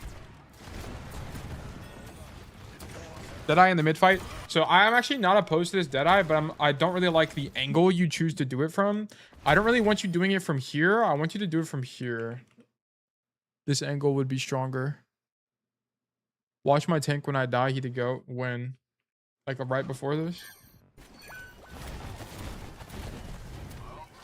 It just like swings on everybody. It's like classic Ryan gameplay. And lives. He gets like turbo pocketed, then just swings. I don't know, whatever. I don't have the energy to go back to the exact moment. But yes, I just would have liked this Deadeye on a different angle, right? Like Deadeye from here or something, or here. More back. I'm gonna be honest, Timmy, I don't really want to go back and look at it. I just don't have the energy for it. I don't really want to. But honestly, like, your biggest issue, yeah, my bad, dude. But your biggest issue is just like sometimes you're just not taking the right angles. Like we need to go wider. Like why are we here? You need to be going here instead. Take this angle. This is a map knowledge thing, but it should be a principles of Overwatch thing. Like you should just kind of understand that I want to be on the high ground more with a wider angle for Cassidy. It just makes more sense. In the open areas, let me rotate easier from the enemy tank. They ended up switching to the Orisa, which is like pure capitulation and actually good for you. But the Sigma, on the Sigma matchup in particular, you want to have a lot of really open space so that you can see where he's going and avoid his spam. And also your Deadeyes. Yes, your Deadeyes are bad. Your Deadeyes were like 3 out of 9. Yeah, if you need to clean up your Deadeyes for sure. Like, honestly, I would have rather you, like, Deadeye reloaded. What the fuck is going on here? Oh, Jesus. Okay, weird. Yeah, I would have rather you, like, reloaded for some of those Deadeyes. Because, like, a few of those Deadeyes were just negative value. Like, you just died. So, if you clean that up, I think you're good to climb. How far are you into Masters? Somehow you're Master... No, you obviously look like a Masters player to me. Like, it's obvious. You're definitely not like I think you're clearly above diamond. You have a lot of good like you hit Master 2 last night. Yeah, it looks like you look like you're that good. You're not frauding. You look like Masters player. You look fine. Somehow got into a champ game. You got a taste of the glory. But I think if you cleaned up your Deadeyes and you were a little bit more conscious of uptime and rotations, I think you were fine. Like you could have won this game for sure. If you're just a little bit cleaner. I think you can definitely hit GM by the end of the season without a doubt. You did. Oh yeah, you did win. You did. Yeah, but it was close. Honestly, your tank kind of locked in there. But yes, it was good from you. But anyway, good code, Timmy. It looks climbing to me. Definitely looks climbing. Okay, and then now we're going to do our new friend Carmen's code. Carmen, are you here? Please let me know if you are here, and then we will take a look at your code. So I will say this. Carmen is bronze, okay? When is it not climbing? There have been codes that have not been climbing. That don't look good. There have been codes that don't look good. Every time I hear it, you always say you're climbing. Or, well, the code is climbing. There are a few where I can tell, like this code that we're about to watch, I can guarantee you is not a climbing code because it's in bronze. But it's like, there's somewhere it's like people don't angle max. They just run it down main and they just happen to have good aim, right? Like that's all it is. Okay. But Carmen, we're looking at your code now. So a couple of things I want to mention before we get into this code. Carmen is bronze. Okay. Carmen being Hysteria if you're not in Carmen in Twitch chat and Hysteria in the actual game. In bronze, I'm not going to spend time giving you map specific knowledge. What you should do is just watch like every other coaching live stream I've had and learn from there map specific stuff. Okay, I'm not going to tell you how to play Route 66. Okay, because it's just not really worth the time. Rather, what you should do, and what would be a lot more educational, is that if you just went through the rest of my old VODs and learned from there. What I'm going to be talking about more here is the fundamental, like the actual core Overwatch experience. Like, what should you expect from Overwatch itself? Okay, so I'm also going to, how the game works basically broadly, right? And then I'm also going to mention a few core micro principles. So Overwatch, of course, is a first-person shooter, which means that to win the game, you have to kill your opponent with your gun, okay? Or your kunai or shuriken or whatever, some gun equivalent from projectile, okay? So you need to have some level of understanding on how to aim in a first-person shooter. And the number one principle in this, actually, I'm gonna demonstrate this before we actually get in the game. The number one principle in this is a concept called crosshair placement. Okay, it is a very, very, very important part of Overwatch and first-person shooters in general. So, and this is one of the first habits you should work on as you try to learn Overwatch itself. What you want to do is that as you play the game, I never want to see you aiming at the floor. Why? Why do I never want to see you aiming at the floor? Because we're not killing mole people. We're killing human beings and enemies of that sort that don't exist on the floor, okay? Just like these robots, they aren't in the floor, so why are we aiming at the floor? We want to aim our gun at enemies or where they could be. Can enemies be in the floor? Only Venture, but even then, Venture's not targetable, right? So we shouldn't be aiming at the floor as we walk around. I don't want to see any of this. If I see any of this, it's going to piss me off, okay? Don't fucking piss me off. So aim at the head, always. Aim head level. As you get better, as you have more experience, you'll have a better understanding of where head level actually is. So you're going to walk around like this and aim head level at all times and shoot enemies. Okay, so you want to have, this is called crosshair placement, where you're placing your crosshair in regards to where the enemy is. Always try to aim head level where the enemies are. Over time, you'll have a better understanding of the verticality of maps, where to put your crosshair as you swing corners, stuff like that. But that's a lot more complicated. Just make sure you're keeping your crosshair off of the floor, okay? We are going to be watching bronze gameplay, and it's honestly probably likely that we see a lot of this walking around. And that's going to be a really, really, really bad thing. You're going to lose a lot of value. And the reason being is you're going to walk into a gunfight, like let's say this Tracer here, and she's going to start shooting you, and you have to spend 0.2 seconds to flick back up to her body and then try to hit her. It's way harder, okay? You're going to, and then that's going to happen times 2 billion times you fight people in Overwatch. It's really bad. So make sure you work on your crosshair placement. It should be like one of the first things you work on as you play the game. Anyway, so that is the only, whoops, not type out. What am I doing? I need to go into history, replays, and import Taka ON.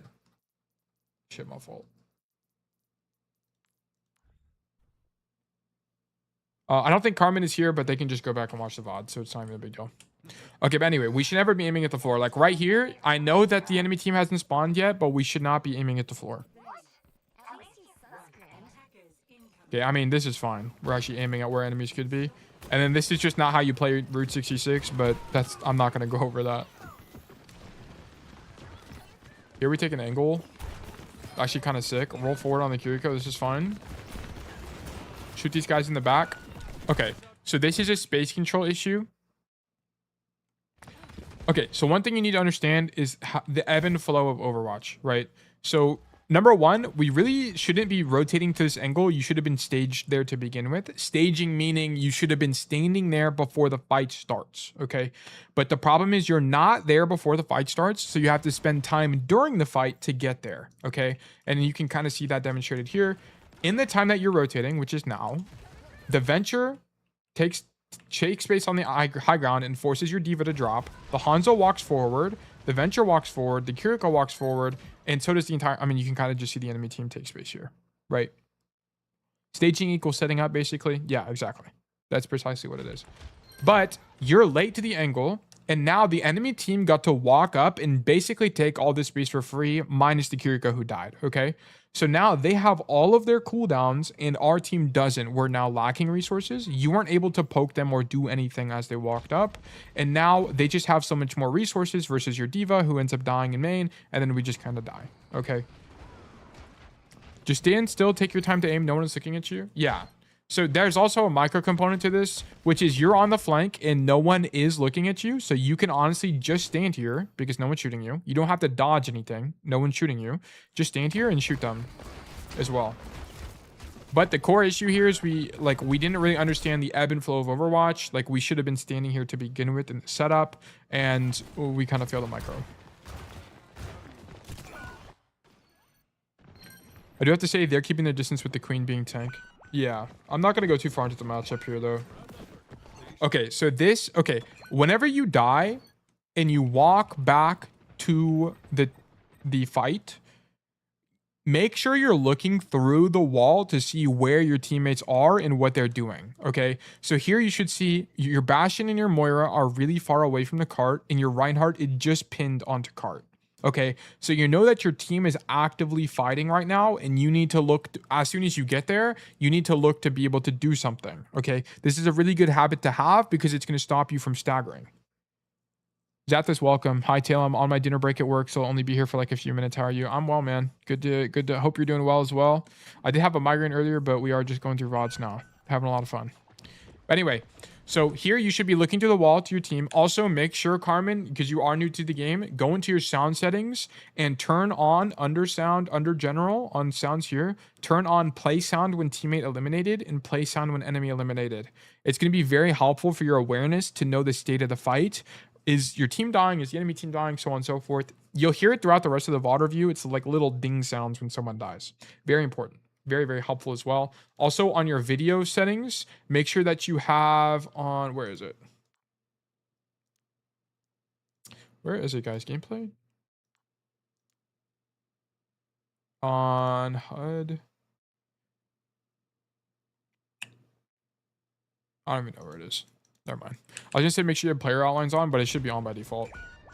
So it doesn't really matter. So here, okay. Now you need to understand that 2 of your teammates have died and you are just now getting to the fight. Like you just got here.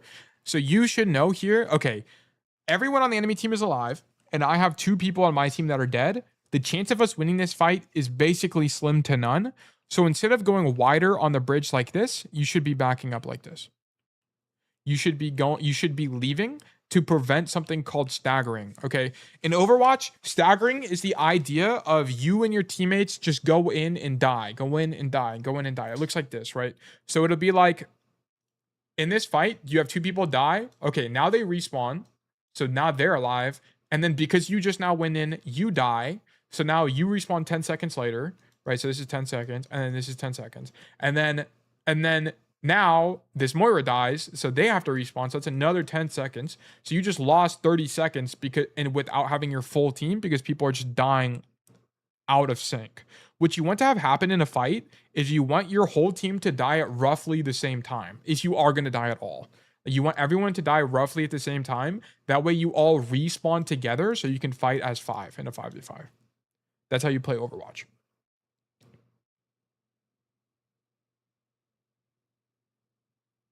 This was not on till Tail told me.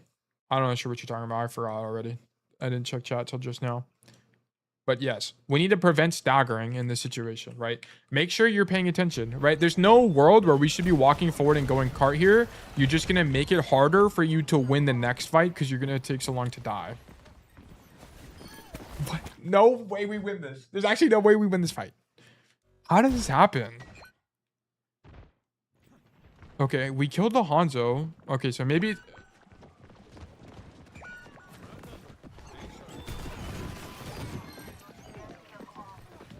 Okay. Okay, I'm going to be honest. You really shouldn't win this fight. Like...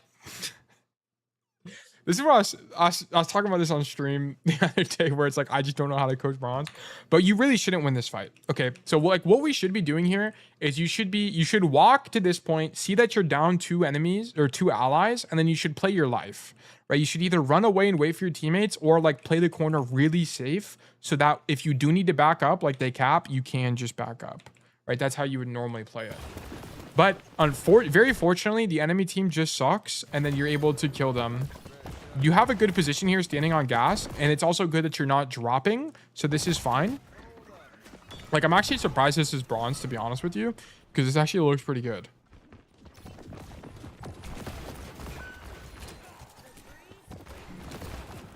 Okay, so this is a matchup thing. So here into the Hanzo, you need to understand that this guy can one-shot you. So honestly, at this range, who do you bet on beating you? An archer character that can one-shot people from medium range, or a revolver character that has short to medium range at best, right? Like, your effective range is 25 to 35 meters. He's standing about 25 meters away. You're probably losing this fight, so you should just not take the fight. Okay, so here you should just be standing behind cover and waiting for your team, waiting for something else to happen or someone else to shoot. So I would not be contesting that Hanzo there, and higher elo, you just get your head taken off and it's over for you. Okay, so just be careful here. Careful there. That's a matchup thing.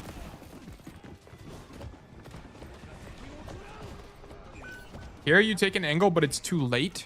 So here, this is a time-sensitive rotation, okay? Once you hear this dragon go off, well, once you just, okay. So this is the pre-fight right now, right? Nothing is really happening. Everyone is just shooting each other. This is where staging happens. This is where setting up happens. And this is where poking happens. It's all in this phase of the fight, okay? Then you see this Junker Queen drop like this and you shout. The fight has started now, okay? It's not like binary, like the fight is happening or isn't happening. It's really just a raw feeling. So you should see that the Junker Queen is in. That means the fight is going on right now. It is just now starting. So if you're going to make a flank rotation, like this rotation that you make is actually not even bad, like to go wide like this, you just need to do it now, right? The fight is happening. It is urgent that you make the rotation now, right? Cassidy is a very slow hero. So if you're going to rotate like this, you just need to commit to it early. Yeah, don't go so wide like this. Play close to the corner and then just go completely. Like, roll and do everything you can to get there as fast as possible. But you just take too long and your Reinhardt dies. So, do I think this flank play is the best play? No, I think your best play was actually just to stand on gas station and shoot them. But I'm trying to teach you the principle, which is if you are going to make a rotation like that, you have to be fast, right? And why do we need to be fast in this situation? It's because the fight is already happening. Okay, so it is time sensitive. If you watch other VODs that I've done for other people, especially people in like Masters, like we just had one with Timmy, there are situations where it's not time sensitive, where the angle we're on is already strong and we don't need to go very much difference. And in those situations, we don't need to roll. But this is one where we needed to roll to try to get there as fast as possible. But I do think your best play here was just to stand on top of gas station, for sure. Okay, this is a really long VOD, so I'm going to try to go faster through this. Because I don't want to like go through all of the fundamentals of Overwatch, right?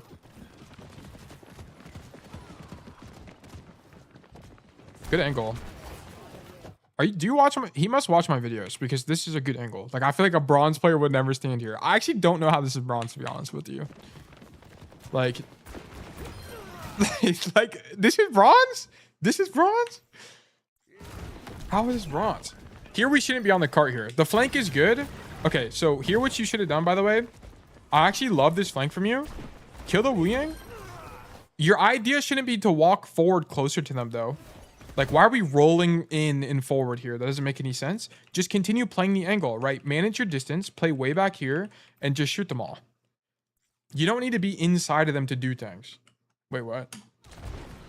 Just play far away. Like, you don't need to be on the cart here. That was a good flank. Like, I really like that. You saw it work out for you. You killed the Lijiang, right? It's really good. Okay. Why are you taking this duel against a Hanzo? Doesn't make any sense. Hanzo is a better hero at this range than you, so don't take this fight. Doesn't make any sense. I actually don't mind this angle, and I actually don't even mind the Deadeye. The reason I don't mind the Deadeye is because the Junker Queen just committed, right? Like, this is kind of what I was talking about with Timmy. The enemy team just committed something, aka Junker Queen ultimate, so she's taking space. And now you Deadeye to stop their backline from walking in. Okay, the only thing you have to be careful of is the Hanzo arrow, but this is fine. Better Deadeyes than you. I mean, it's fine. This guy also just like runs it down for no reason sometimes, but this is a good Deadeye. And now we insist on the angle. Okay, here I wouldn't give up the angle this much probably. No, we're half. That's fine. Leaving is fine here, I think. Okay. All right, cool. Okay, so here you shouldn't be walking forward here. You need to think about this in terms of what space do we have and what space does the enemy team have, right? Not only do we not have that space, meaning that we don't have someone in this cave already controlling the area. Like we don't have anybody in here holding the space. Like your hog is here, right? So we have like, and if we wanted to draw a line in terms of space we have, it looks something like this, right? Versus like the cave, the red, and this is like the enemy team space, right? So we have no information on who is in the cave or what's in the cave. We did see the Wu Yang, but we did see him leave, right? So if you chase the Wu Yang, you're going to be walking in blind into territory you don't own, right? You have no information about what's going on here. So the chance of you dying is actually really high, even if it's a winning matchup for you.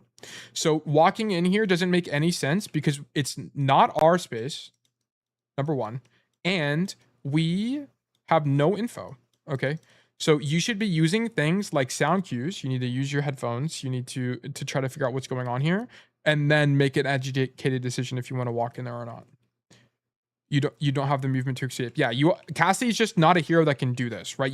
Cassidy's not a hero that can walk in here and use your Wraith ability to get out like Reaper, okay? You also don't have recall. You don't have Sojourn slide, right? You don't have good mobility. Cassidy is not meant to do this, okay? If you want to play Cassidy, you need to be very conscious of the fact that he's very, very, very low mobility, right? So taking an angle like this is just doesn't make sense, right? Especially when you don't have info. No overload even. I guess if you had overload, which is the Torbjorn thing, the thing about that is it gives you movement speed and health, so you could low-key do this, but I don't even think it's good done. But Hysteria just doesn't understand the principle, which is like, what space do we control, right? We don't control the space, and we don't have any info of the space, so you shouldn't be walking in the cave. It doesn't make any sense, right? Like here, it is a little bit unfortunate that the Venture and them stop moving, so you don't actually have the sound cues to work with, but you shouldn't be walking in here out of principle, right? We don't have this space. We have no info. We don't know what's going on. And then you just get comboed. You don't die, doesn't look like, but you should have died here. You 100% should have died right there. Okay, and then this is an issue of proximity, okay? So once again, let's think about Cassidy as a hero. What is Cassidy's biggest weakness? Okay. Cassidy's biggest weakness is that he has terrible mobility. He has horrendous mobility, and he has a big hitbox, but that's a whole different story. Okay. Cassidy has really bad mobility, and as a result, you have to manage distance well, okay? Or if you're gonna get really close to people, it has to be on a flank with good timing. There's a lot more complicated things like that. But the issue with this is that you're getting really close to the enemy team. And guys, what do we have on cooldown right now? Roll. Roll is our most important ability in our entire kit.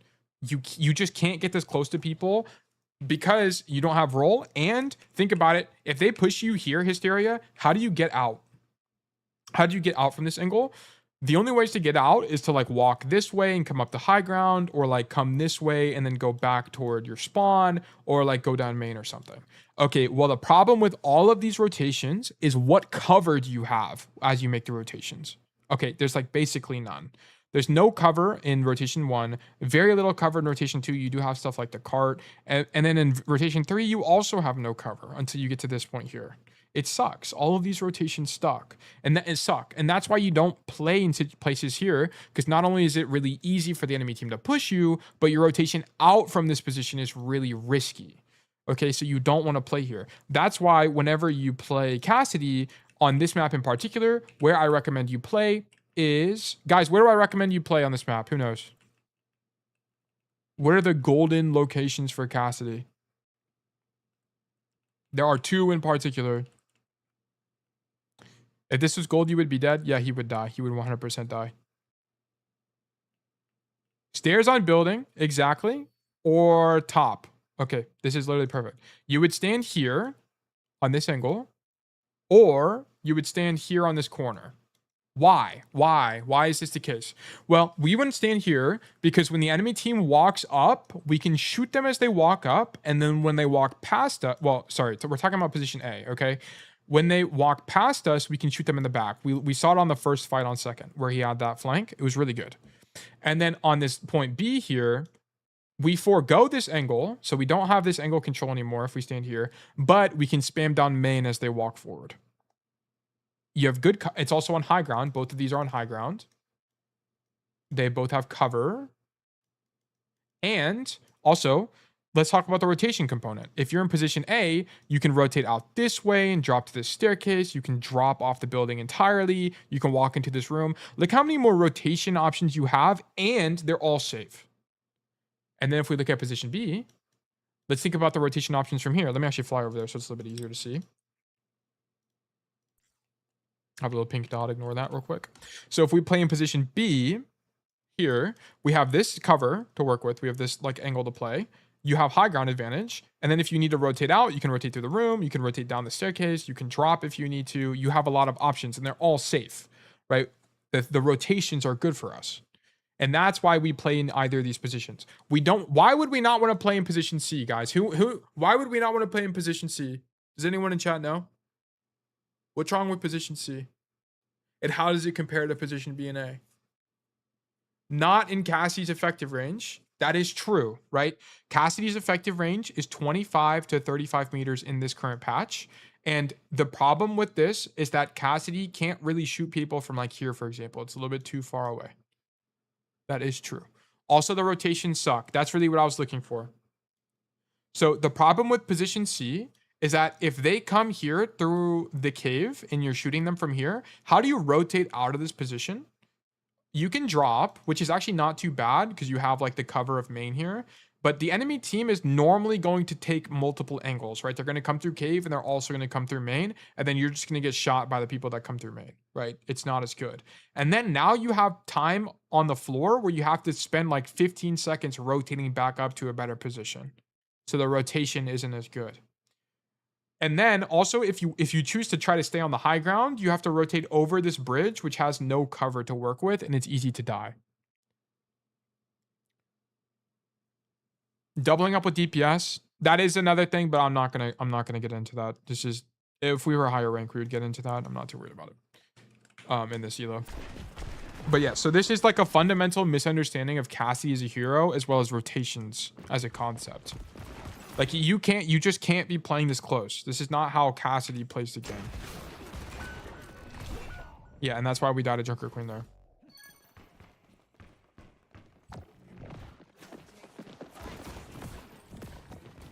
Okay, here we're waiting for our team. It's actually really good. Okay, the fight is starting. You need to contribute to the fight. How do we know the fight is starting, guys? Because our team drops off the high ground. And when they drop off the high ground, you can't get back up. Most heroes can't get back up, so they have to fight. You have to start fighting these guys. They're choosing the right perks. Yeah. Double flash is the correct perk in this situation. I'm not going to elaborate on that. That's for a different time. But yes, we need to, like, here we have too much downtime in the fight. Your team committed already, so you needed to match your team's intention, right? This is a really, really big component of Overwatch.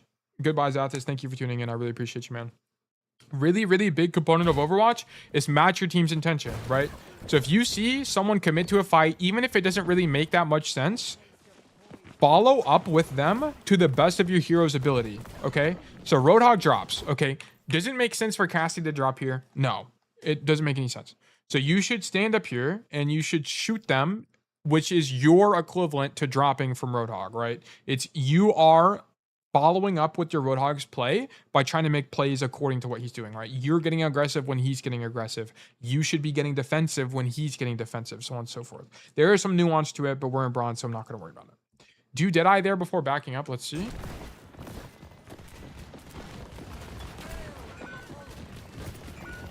No, the fight's lost. We shouldn't be dead on here. We should see that we're down 2, and we should honestly just leave here. Yeah. Like here, this swing doesn't make any sense. We should be leaving because 2 people on our team are dead, and we don't want to risk staggering. So we should be backing up and resetting for next fight. Also, bad aim technique, right? Look at Hysteria's aim. This aim technique is fine, but look at this. The Reaper TPs, and where are we aiming, by the way? Feet. So how are you supposed to shoot this guy? You shoot his feet, throw flash, shoot his feet again. So if you don't have a good technique, you are literally never going to win this fight. It's actually unwinnable.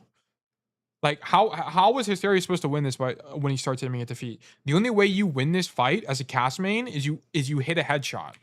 And you'll never hit a headshot if you're aiming at the floor. That's why I talked about crosshair placement at the very beginning of this. We have to have better technique here. Hold on one second.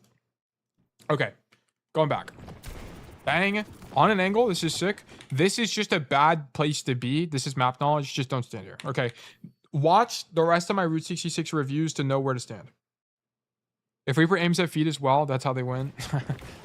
Yeah, that's contingent on the enemy team being bad. Okay, and we don't bet on that. I know you're making a joke, but anyway. This is okay, Hysteria, this is the same problem. I need you to think about what space do we have versus what space do they have. Okay, here you're walking into this room. They have this space. Right? You're walking past your tank and just walking straight into them. Cassidy's not a hero that can do this. Okay. So here, your hazard is taking space here. You should be pressuring them in main, not taking space into this mini room, right? This doesn't make any sense because once again, we're walking into the enemy team's space. This should never happen, right? You can kind of see if you look at this, what space they have versus what we have. They have this space like this, right? Or you could also argue they have like this space. And then if you look at what space we have like this with our hazard, right? So this space is untaken and is actually open, but Cassidy isn't a hero that can walk here because you don't have mobility, right? And you don't have, like, this is way too close range for you. Like, you don't have a shotgun, you have a revolver. So walking in here doesn't really make that much sense, okay? So we shouldn't be taking this angle at all. This is going 100% going to get you killed. Yes, I don't even have to see the rest to know that's what's gonna happen. Okay, this Deadeye sucks because it's a blind Deadeye. Watch the VOD right before this one to learn more about that. I'm not gonna elaborate because it doesn't really matter to see though. Okay. Just call me bad. Timmy, you're not bad. You're like M2 or something. You're definitely good at the game. We're almost the same rank. I can't believe I lost so many games on Saturday. It's actually so insane. That's actually so crazy. I'm M1 on my ult. That's actually crazy. The ebb and flow of Overwatch. Okay. On attack. Okay, this is not how you should play Route 66. Please watch other Route 66 VODs to know how to play the map. But I'm not going to elaborate on that here. Okay, why is what he doing like low-key good? Because it's low-key good because Hysteria is taking an angle, right? He's not in main. This would be main botting. We do not want to do this. You want to avoid this generally as Cassidy.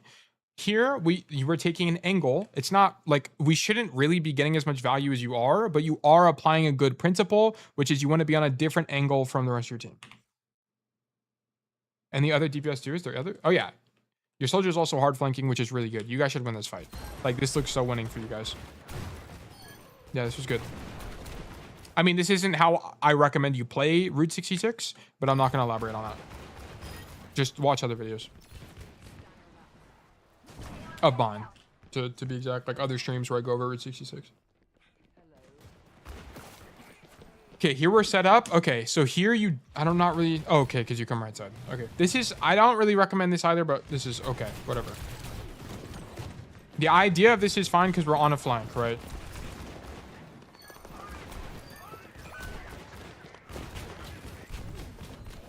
Okay, this was all really good for a bronze player. This is all fine. Good kill on Reaper. Okay. So here you need to understand that after you cap a point, you should be taking space as aggressively as possible while still not dying. Because what's happened is enemy team is dead, which means that they're not holding space, which means that space is free. Okay, so we should be, what you should do is you should walk forward, walk up the staircase, and stand here to stop them from taking space. Make them use cooldowns to take space. Make them do anything. It also gives you a chance to just two-tap someone and win the game. Okay, so you should be walking forward here aggressively and taking space. Okay, you shouldn't walk through this door, but I think you just don't know the map that well. So that's fine. Here, what your soldier doing is exactly what you should have done, but because by the way, Carmen said is here. Oh, is he like in the Discord or something? Kale, I'm watching the stream. Twitch is just not letting you talk. I actually don't know why. I actually don't know why it wouldn't let you talk. Okay, if you have questions in particular, just ping me in the Discord. I will leave the Discord window open. Let me move some things around real quick. There we go. Okay, but yes, you should, what your soldier is doing is exactly what you should have done. But now that soldier has already done that, this is a new concept called doubling up. You generally don't want to double up with your ally DPS if you don't have to. Okay, so soldier is already on the angle. We shouldn't also be on the angle. The reason being is because if you take the angle with the soldier, think about it in terms of how much space your team controls. Right? So now your team will control. Right now, if you come play with soldier, why is my pen not working? Here it is. Okay.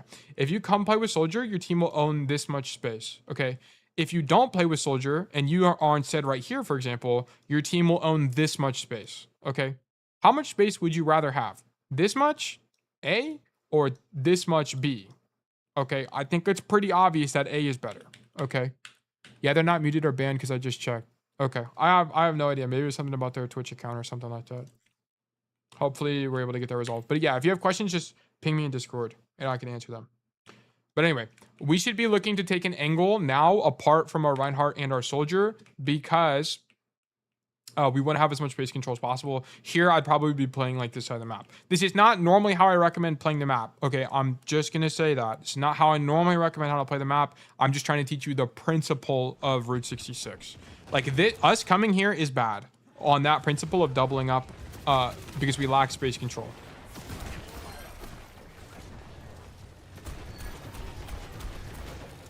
Okay, this is another, you're now having a different issue of, this is called, well, I'm like coming up with terms for like everything. So this is distance management. Okay, so notice how close you are getting to the enemy diva. Notice how you're walking toward the diva and you're walking toward this bastion. Okay, this bastion's a little bit more understandable, but this diva is not, this is not acceptable. You have to understand that Cassidy's effective range is 25 to 35 meters. And you walking forward here is not going to make any difference for your fall off. Okay, from here to here is like 10 meters at most, 15 meters maybe. Okay, so you can just stand on this staircase and shoot the diva, and it's basically exactly what you're doing, but way safer, right? The chance of you dying from here is way lower than you dying from here. Okay, so just stand back here and shoot them, and the chance of you now dying is way lower than doing anything else. So you shouldn't be walking forward here at all. Following up on this bastion is honestly not your job. I would have preferred you stay further back to begin with. So, but yes, this is a distance management thing. Okay, whoops, sorry, I tabbed out. Okay, so here we poke walk up. You need to use cover better here. So your soldier is making the correct play. If we were playing this correctly based on macro, you would not double up with your soldier. So you would actually be playing this angle, but honestly, don't worry about that too much now. But the technically correct play would be here. Don't play card as DPS unless you have to. Exactly. Yeah. There are a lot more VODs out there of mine that elaborate on that more, specifically on Eichenwald, if you can find an Eichenwald one. But anyway, so your soldier's already on this angle. We shouldn't be doubled up here, but we're already here. Okay, we're already here. It doesn't really matter. So how you would play this angle is you would just stand in the doorway, right? Just stand in the doorway and shoot them just like your soldier's doing. Your soldier's probably smurfing. This guy is almost definitely smurfing. This guy's not bronze. Okay, this guy ain't bronze. he has a lot of really good principles of Overwatch. So here, the problem with what you're doing right now is look at this from the enemy team's POV. You are so wide. Like, you have no cover. you're really wide so that if they shoot you, you don't have a good way to respond to this, right? So if they shoot you, you just kind of perish here. You just die, you flop over, you fall apart, okay? This is not what we want to have happen. You should be standing in the doorway. That way, if you do take damage, you just roll back. Mods, can we ban this guy? Someone ban him. Someone get him out of here. Get him out of here. Thank you, Jason.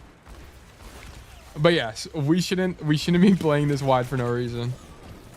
It makes no sense. So you just take a bunch of damage and demand resources for nothing. And then here we shouldn't roll forward, but I'm not gonna, whatever. Not a big deal. And then this is distance management again. Why are you rolling closer to a Reinhardt for no reason? Or a Ram, right? Like no reason. Just, you should be backing up here. You should be making more space, if anything, not walking forward.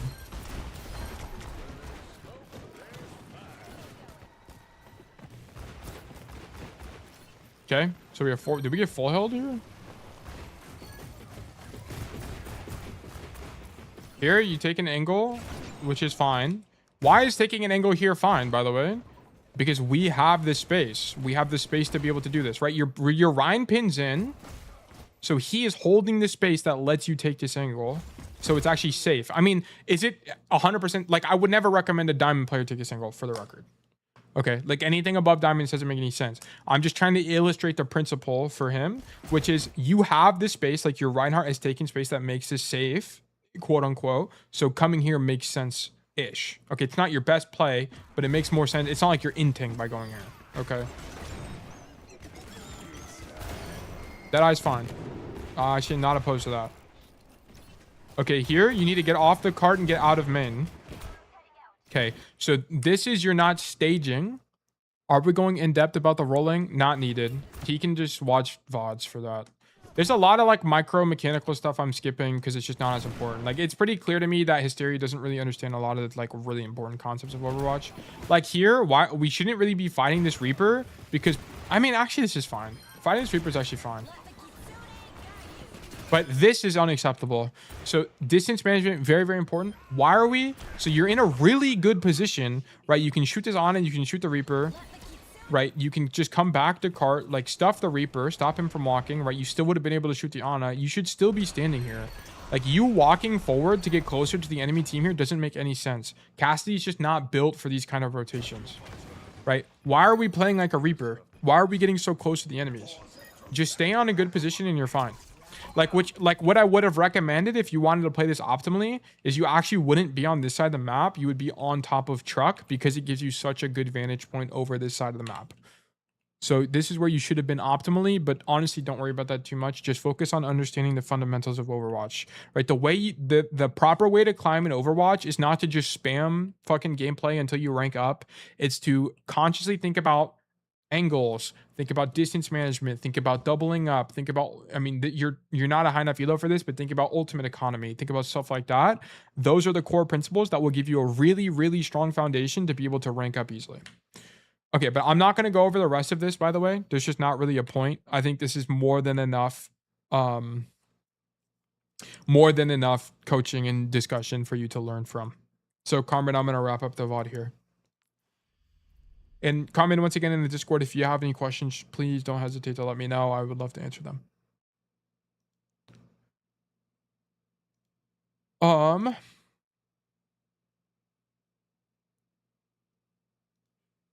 Sorry, hold on. Give me 1 second.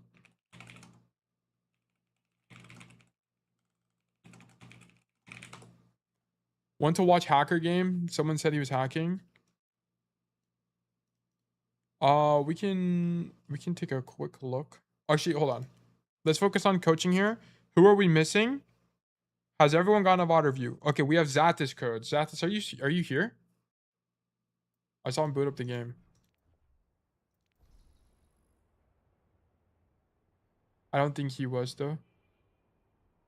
No, they went back to work. Well, this is Aatlis.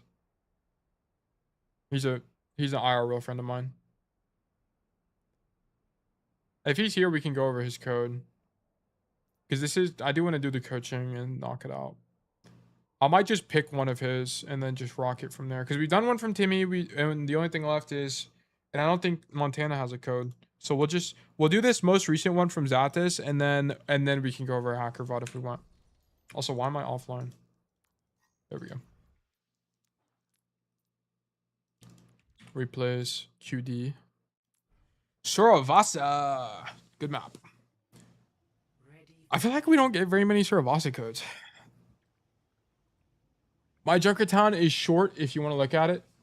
I think, to be honest with you, Timmy, I'm going to do this code and probably wrap it up because I still have a light headache. Or maybe I'll just take an ibuprofen. I don't know. We'll see. We'll see after this. I might look at it. You never know till you know, you know? Okay. Put that Advil and keep it kind of did, but I think my migraine just faded away, or the headache component, because normally like how it works for me, sorry to go into the health component of this, it's like I get like a light level of derealization, and then I get like numbness in my body, and then I get a really bad visual aura. So it's like everything is like blobs. It's hard to explain. You'll have to like look up what it means. But I get like blobs and I can't really understand things. And then I get mental fog, and then I get a headache afterwards. And the headache just like lasts forever. It lasts like 2 hours. But yeah. It's a nightmare. Okay, anyway. Going into this code, Aatlis, aka Hubris in the code, said, I think my timing is abysmal, but other than that, I'm not sure. I think I was in the right place, but I got walked on too easily. P.S. I can't be there for stream today. Okay, cool. I don't even know, how did he boot up the game then? That doesn't make any sense. Anyway. Whatever. Okay, so here you need to understand that space control is a very important part of Overwatch. You should see that your team is coming right side. Err on the side of coming left, okay? Come left because you can take 1v1s here as long as you don't get pushed by like a tank or more than one person. Start trying to work this side, and then if you get marked by more than one person, then just give it up.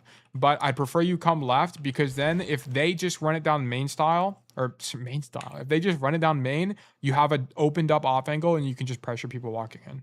So you needed to come this way. Also, if you came left here, you would have avoided the Hanzo matchup, the Hanzo spam and the Sojourn spam and the Kiriko spam. So you would have avoided 3 different types of spam, and it would be more winning for you. Is it throw to go all the way right? Yes. I'm going to be honest, probably yes. Because really, you only come all the way right like on a reset, like a fight loss, or if your whole team is coming this way. The problem with coming here now is the rotation's really long, and it's also just not going to be very useful. Like, what is he going to do? Even if he was here right now, what would he be doing right now? Flanking the Sojourn? Okay, you know what's like equally as good? Standing here and shooting the Queen, right? Which is what he ends up doing, but he should have been here at the very beginning. Like, the staging was incorrect. Like, we should never poke here. I mean, but now that he recognizes to go left here, that's fine. You're safe from spam. I don't think it really matters that much, to be honest. Because it's like he wants to get angle control, stop them from taking space so that it's easier for your team to be able to do something. Like, the problem with coming here, it's just like, sure, do you not get spammed? Yeah, but what do you really accomplish here? The only thing you can do is like come here and kill a Sojourn, but then it's possible you get walked on by the enemy team. So that's, you know, that's the downside of that. Yeah, so here I definitely stand on this side of the map and just like, for example, like, look at this. We just get a free Curie kill for no, like, basically for like, we didn't even do anything. We just showed up. Like, we got a participation trophy just for being on the angle. Like, this is exactly the type of situation we want, right? It's just people walk into us and they die, okay? And that's because good positioning gets lucky. And then here, we shouldn't be walking forward here at all, right? Really, this is a really big issue for you, Hubris. I'm noticing it again. Why are we walking closer to the Sojourn and the Hanzo when this is adequate range, right? Doesn't make any sense. If you need to, walk wider, but not closer, okay? That you're just getting closer for no reason. Doesn't make any sense. It just makes it easier for you to die. Now you walk, yeah, you can see the enemy team kiting. Now you would walk forward, okay? Generally good. Generally good so far. This looks winning. Oh, by the way, the last VOD was definitely losing, by the way. That was definitely a losing VOD, the bronze one. Because we just, like, take space randomly and die. Like, that's for sure losing.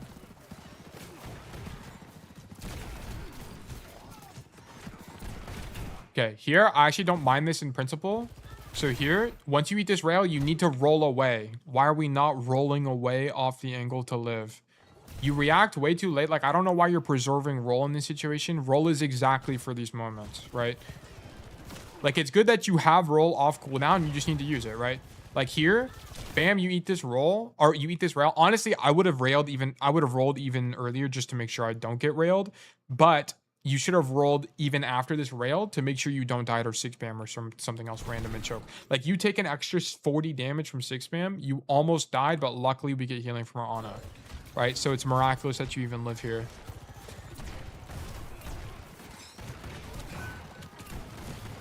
This is a good rotation. Really good rotation.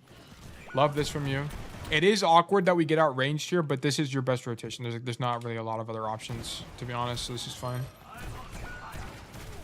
Spam out Sigma, and then we just kind of die. Okay, fine.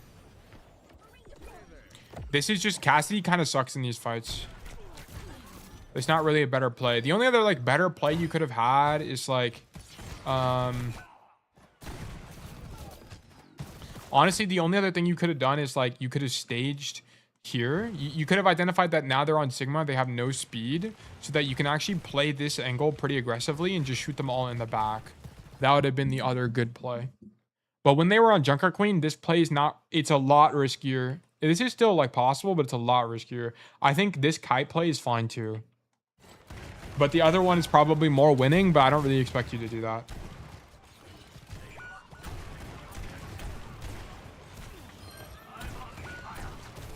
Okay.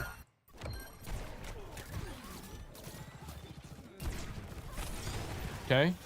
So here I'd be looking to open up an angle. Well, the Sojourn is really overextended, so that's fine. Actually, we can just run it down main here. If they have to use a bunch of resources to get out, like they just Soj slide out, their Sigma shield just broke. We can actually just walk it down main here. This is fine. We died to OC. How do we die here? Okay, here, you're mid-reload. Why are we taking space while we're reloading? Okay. So here, break this. What you should be doing is after you break that and you're reloading, you should stand in cover. Because what can you do when you reload? Nothing. So you should be standing in cover to make sure you don't take extra damage when you don't need to. Like here, you just go wide mid-reload, and then now you roll. Unfortunately, you get stuck on the thing and die. But it's like you shouldn't have been taking space there to begin with because you're in a reload animation, right? Reload so you can shoot. So then you can shoot and do damage and then take space, okay? So it doesn't make any sense.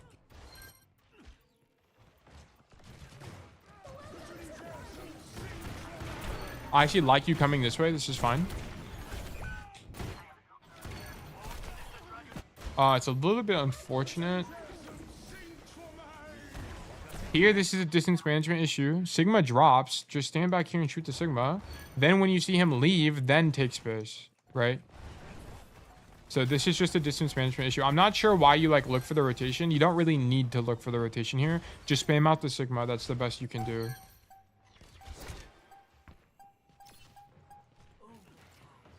Because the reason you don't need to look for the rotation, by the way, is like, how is this rotation good for you? Let's say you do rotate right side. If you do rotate right side, like, how is this even good? Like, if this is what you wanted to do, okay, well, you needed to just do this from spawn. You needed to come right side from spawn, so pick one. Right? You can't, like, come left and then figure out, oh, I actually want to be on the right side of the map. You needed to figure it out from the beginning. Like here, you should have just like look to commit more to the left side of the map. And here you should identify, oh, the Sigma drops and it can actually potentially kill me. Let me just sit back here and spam them out and force cooldowns. Like that would be way better. Like you just occupying the enemy tank is enough to win. That'll open up a ton of, and live, as long as you live, you're going to open up a ton of space for your team.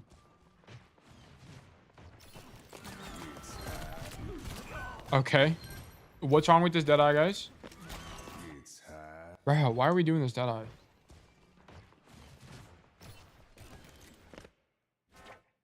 This is blind Deadeye. Like, you can tell it's a blind Deadeye because he just rolls. Like, he's aiming at the floor. Just rolls and then just jumps and pops it. Stop doing this, guys. Blind Deadeye is bad. It's so bad. Stop doing these. The reason blind Deadeye suck is you don't know what's happening. You don't know actually what's going on in the fight, okay? I don't want to see you, and it also causes you to use stuff like roll. It causes you to make bad habits like going wide. Like, stuff like this sucks. 80% of the time, 90% of the time, this shit is terrible, okay? Don't do blind Deadeyes like this. Not a big fan. We just died to Hanzo. Do we force cooldowns? Yes. But it's like you could have just stood there and forced cooldowns. Or you could tail tech the corner. Pop Deadeye here, tail tech the corner. Like, it's just better. It's just this, but straight up better. Blinded eyes are terrible. They're so bad.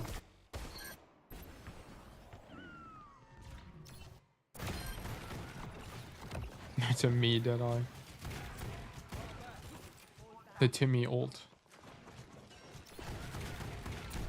Here, spam out the Hanzo with your team, whatever. Take space right side. How long is this? Oh, it's not a long game at all. Good rotation back after you see them push forward. Come left side on the angle. Good shots on Sigma. Here, I actually wouldn't even be fighting these guys. I'm gonna be so honest. Fuck this. It's a little bit far for you, and it's hard for you to follow up on this. I would actually, and you can also see your whole team here. I'd be rotating to the left door and fighting this Hanzo in this Kiriko. Because if you win this, for example, if you kill the Hanzo,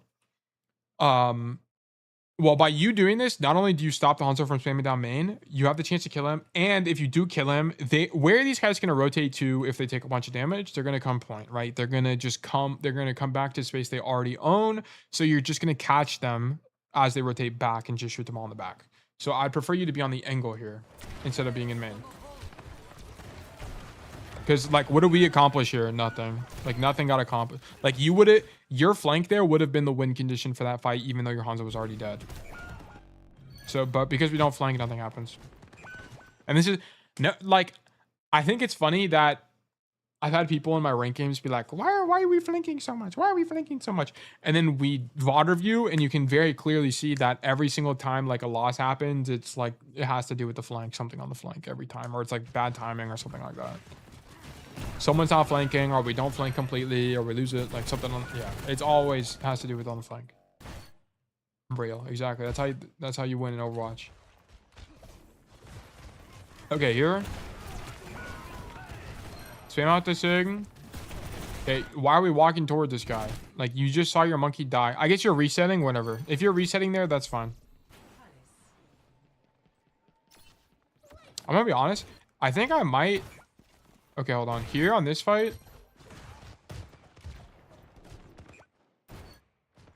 Okay, on this fight, I'm definitely not going this way, by the way. So, okay, after I respawn, bang, I am 100% going like this and then walking through this door. Why? Why am I doing this? To open up an angle for my team. Because who's on an angle right now? Who's on an angle? No one. We're all playing the same main angle. Literally everyone's playing the same main angle. And this is why I say, guys, you need to see. That's what you do. That's excellent. Right? This is why I always tell you guys, you need to see where your other DPS is. If your other DPS is not flanking, you need to flank. You need to open up a crazy, stupid angle. Okay, come here, bang, shoot them all in that forehead. Okay, that's the game plan. But because no one is on an angle, does red team have a win condition? No, there's no win condition. Because no one's on an angle. That's why we take an angle. Like, and that's why you guys need to understand the principle. Because if you saw your allied tracers on the angle, okay, guys, if there's an allied tracer here, what do? We go main. We go main. Okay? Why? Because someone's already on the angle, so the tracer needs you to spam them down main. If you watch my Aatlis game, I do this a lot. We did watch your... Oh, okay, you're talking about like for like YouTube frogs or something that are watching it. Yeah, the Aatlis game was a good example of flanking. Timmy did flank a lot, and it was really good. But if you watch the VOD, you'll notice that I talked about Timmy's execution of the flank. Like, what angle should he specifically be taking? How should he roll to the angle? Should he not? Right? That's because Timmy is really good at the game. Okay. Most people aren't that good, so I can just tell them they need to flank to begin with. Right? We got to start with the lowest parts of the tree. Okay. We need to have roots before we can have a trunk, before we can have branches. Okay. Here, honestly, I think this angle is bait, low-key, but it's fine. I don't really like this angle that much because it's just so far away from everything. Where I would be playing personally is I would be either here or I would be looking for this. I was D3 till it got me to M3. Yep. Congratulations to me. That's amazing, by the way. And it's not all me. You should take some credit for you as well. I'm glad I was able to help, but that is great. That is excellent. But yeah, here personally, I don't really like this angle because it's just kind of far away. In 3 weeks, that is a record time. I would like get sneaky and like try to fucking do something cool. Like you get a little flashy here. Because I think the problem with this, it's just too far. Like I hate, if you know the enemy team is going to be in this choke, it's too far. If you know the enemy team is going to be pushing here, then it's arguable, because a big part of this is not only do you have the walk up, like you can poke the walk up, but also you deny the high ground from them if they come this way. So it just, you need to read where the enemy team is coming from. Here, you can actually read that they're going to come this way, not only because you can see your team try to stuff them as they make the rotation, you also hear them here. You saw them here as well. So you should kind of realize that, okay, I want to look for something over here. This is very specific though. Like the idea of coming here, like if you're Freya, for example, this is exactly where you would want to be. You would be on like this part of the map. But just like winning on Cassidy from experience just doesn't really happen here, to be honest. We are about to... The only thing that's nice about this is you're not a liability, right? So I would just be careful to play around cover, right? You know they're playing Kiriko, Soldier, and Hanzo, which are all people that outrange you. So just play close to cover, right? You're just way too wide. You're very susceptible to damage in a location like this. Like if you try to roll here, it's going to be a lot more awkward for you. So just play cover a little bit tighter and you'll be fine. Also, Hubris does have some crosshair placement issues, but I've already talked to him about it before. Here, we definitely should not be dropping. You can see the Hanzo Dragon not come for you. So dropping here makes no sense. You already have a good enough position. There's no point in dropping here. It just makes you more liable, right? Is the soldier... Wait, oh, the soldier chases you? Is that why you drop, maybe? Oh, yeah. You know the soldier chasing you, so that's why you drop. Honestly, dude, you see your teammates here. You should probably just do this. Stay in here, get Juno healing, and then fight the soldier. That's probably your best play. I don't really like the drop. If you do the drop with like the idea of running away from the soldier in mind, I can kind of get it.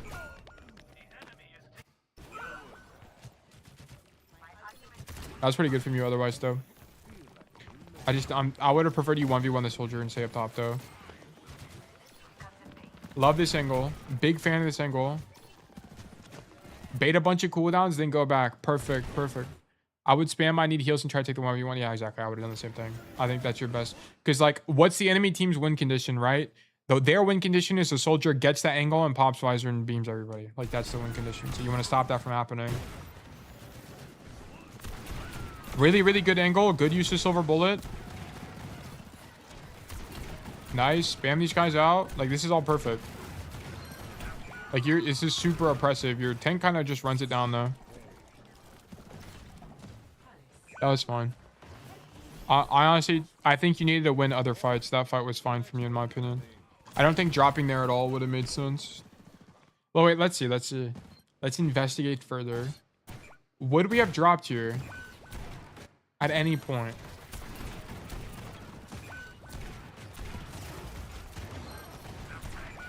No, there's literally no point. No one's looking at him. Yeah, I think his angle is good. I don't think there's a point in dropping. Oh, still. I think, yeah, I mean, if we want to like be like really nitpicky, he's out of range of basically everyone. He should just stop moving, especially when they're not looking at him. Like here, he should stop moving and shoot them. But honestly, it's not a big deal. In this situation, I wouldn't worry about it too much. They're also playing Hanzo and Kiriko, so it's a little bit scary to stand still. So I thought the angle was good. I thought the angle was good otherwise. This is going to be my last VOD, by the way. I can feel myself running out of energy.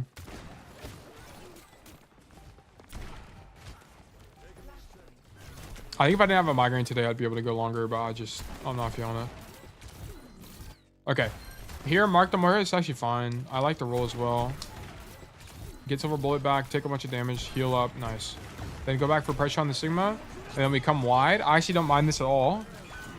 I don't like the Deadeye. Because it's just a little bit too close. Oh, you do have the Deadeye heal perk. Does he have rock? He doesn't have rock. Well, he's about to get it, but... I'm not like 100% against this, to be honest with you. I would just be careful of Hanzo. But you know, you don't even see him.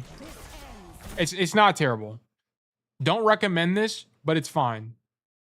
It's fine. It passes in my book. I understand the vision. The reason I don't like it is it's just really close. Like you can see, you take a gajillion Sigma damage. I'd rather you just stand here, shoot the Sigma, and then back up. Like you would have been able to roll and back up earlier, and I think you don't die as a result. But I can understand why you would Deadeye here if you had good team follow-up. Did your tank die? Also, like if you wanted to Deadeye, you should have Deadeyed like here to prevent the enemy team from walking in on your tank. Would have been, but then they use Dragon, so it's like whatever. Yeah, because it's just too late to save Ram, unfortunately. In this matchup, he should definitely take the Noon perk, because what the fuck is he gonna flash? Like, he could flash the Moira and the Kiriko, but he hasn't really had chances to flank them, so it doesn't really matter that much. Normal flash is gonna be good enough. So yeah, Deadeye, I think the Deadeye perk is better here. And I also would have taken Silver Bullet on this in this situation. I don't think he needs Fan. Because on this map, you can just get around Sigma.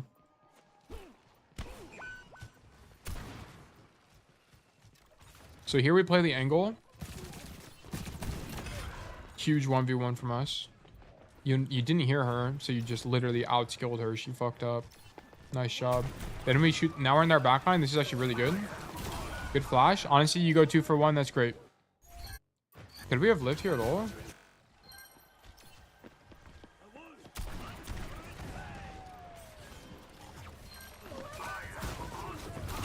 You just needed to roll. That was it. Just roll. But that was, the macro was good there. I love it. Big fan.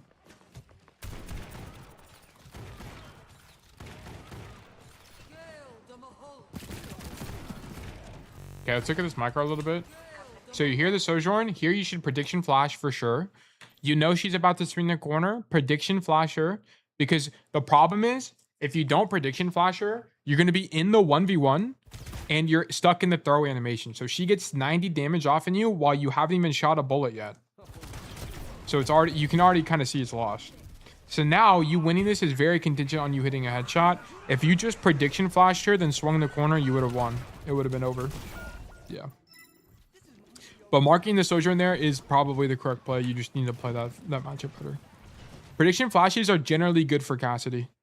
Because you don't, it means you won't have to use the crosshair play. Yeah, he has probably crosshair placement issues as well. And it just adds up to losing 1v1s like that.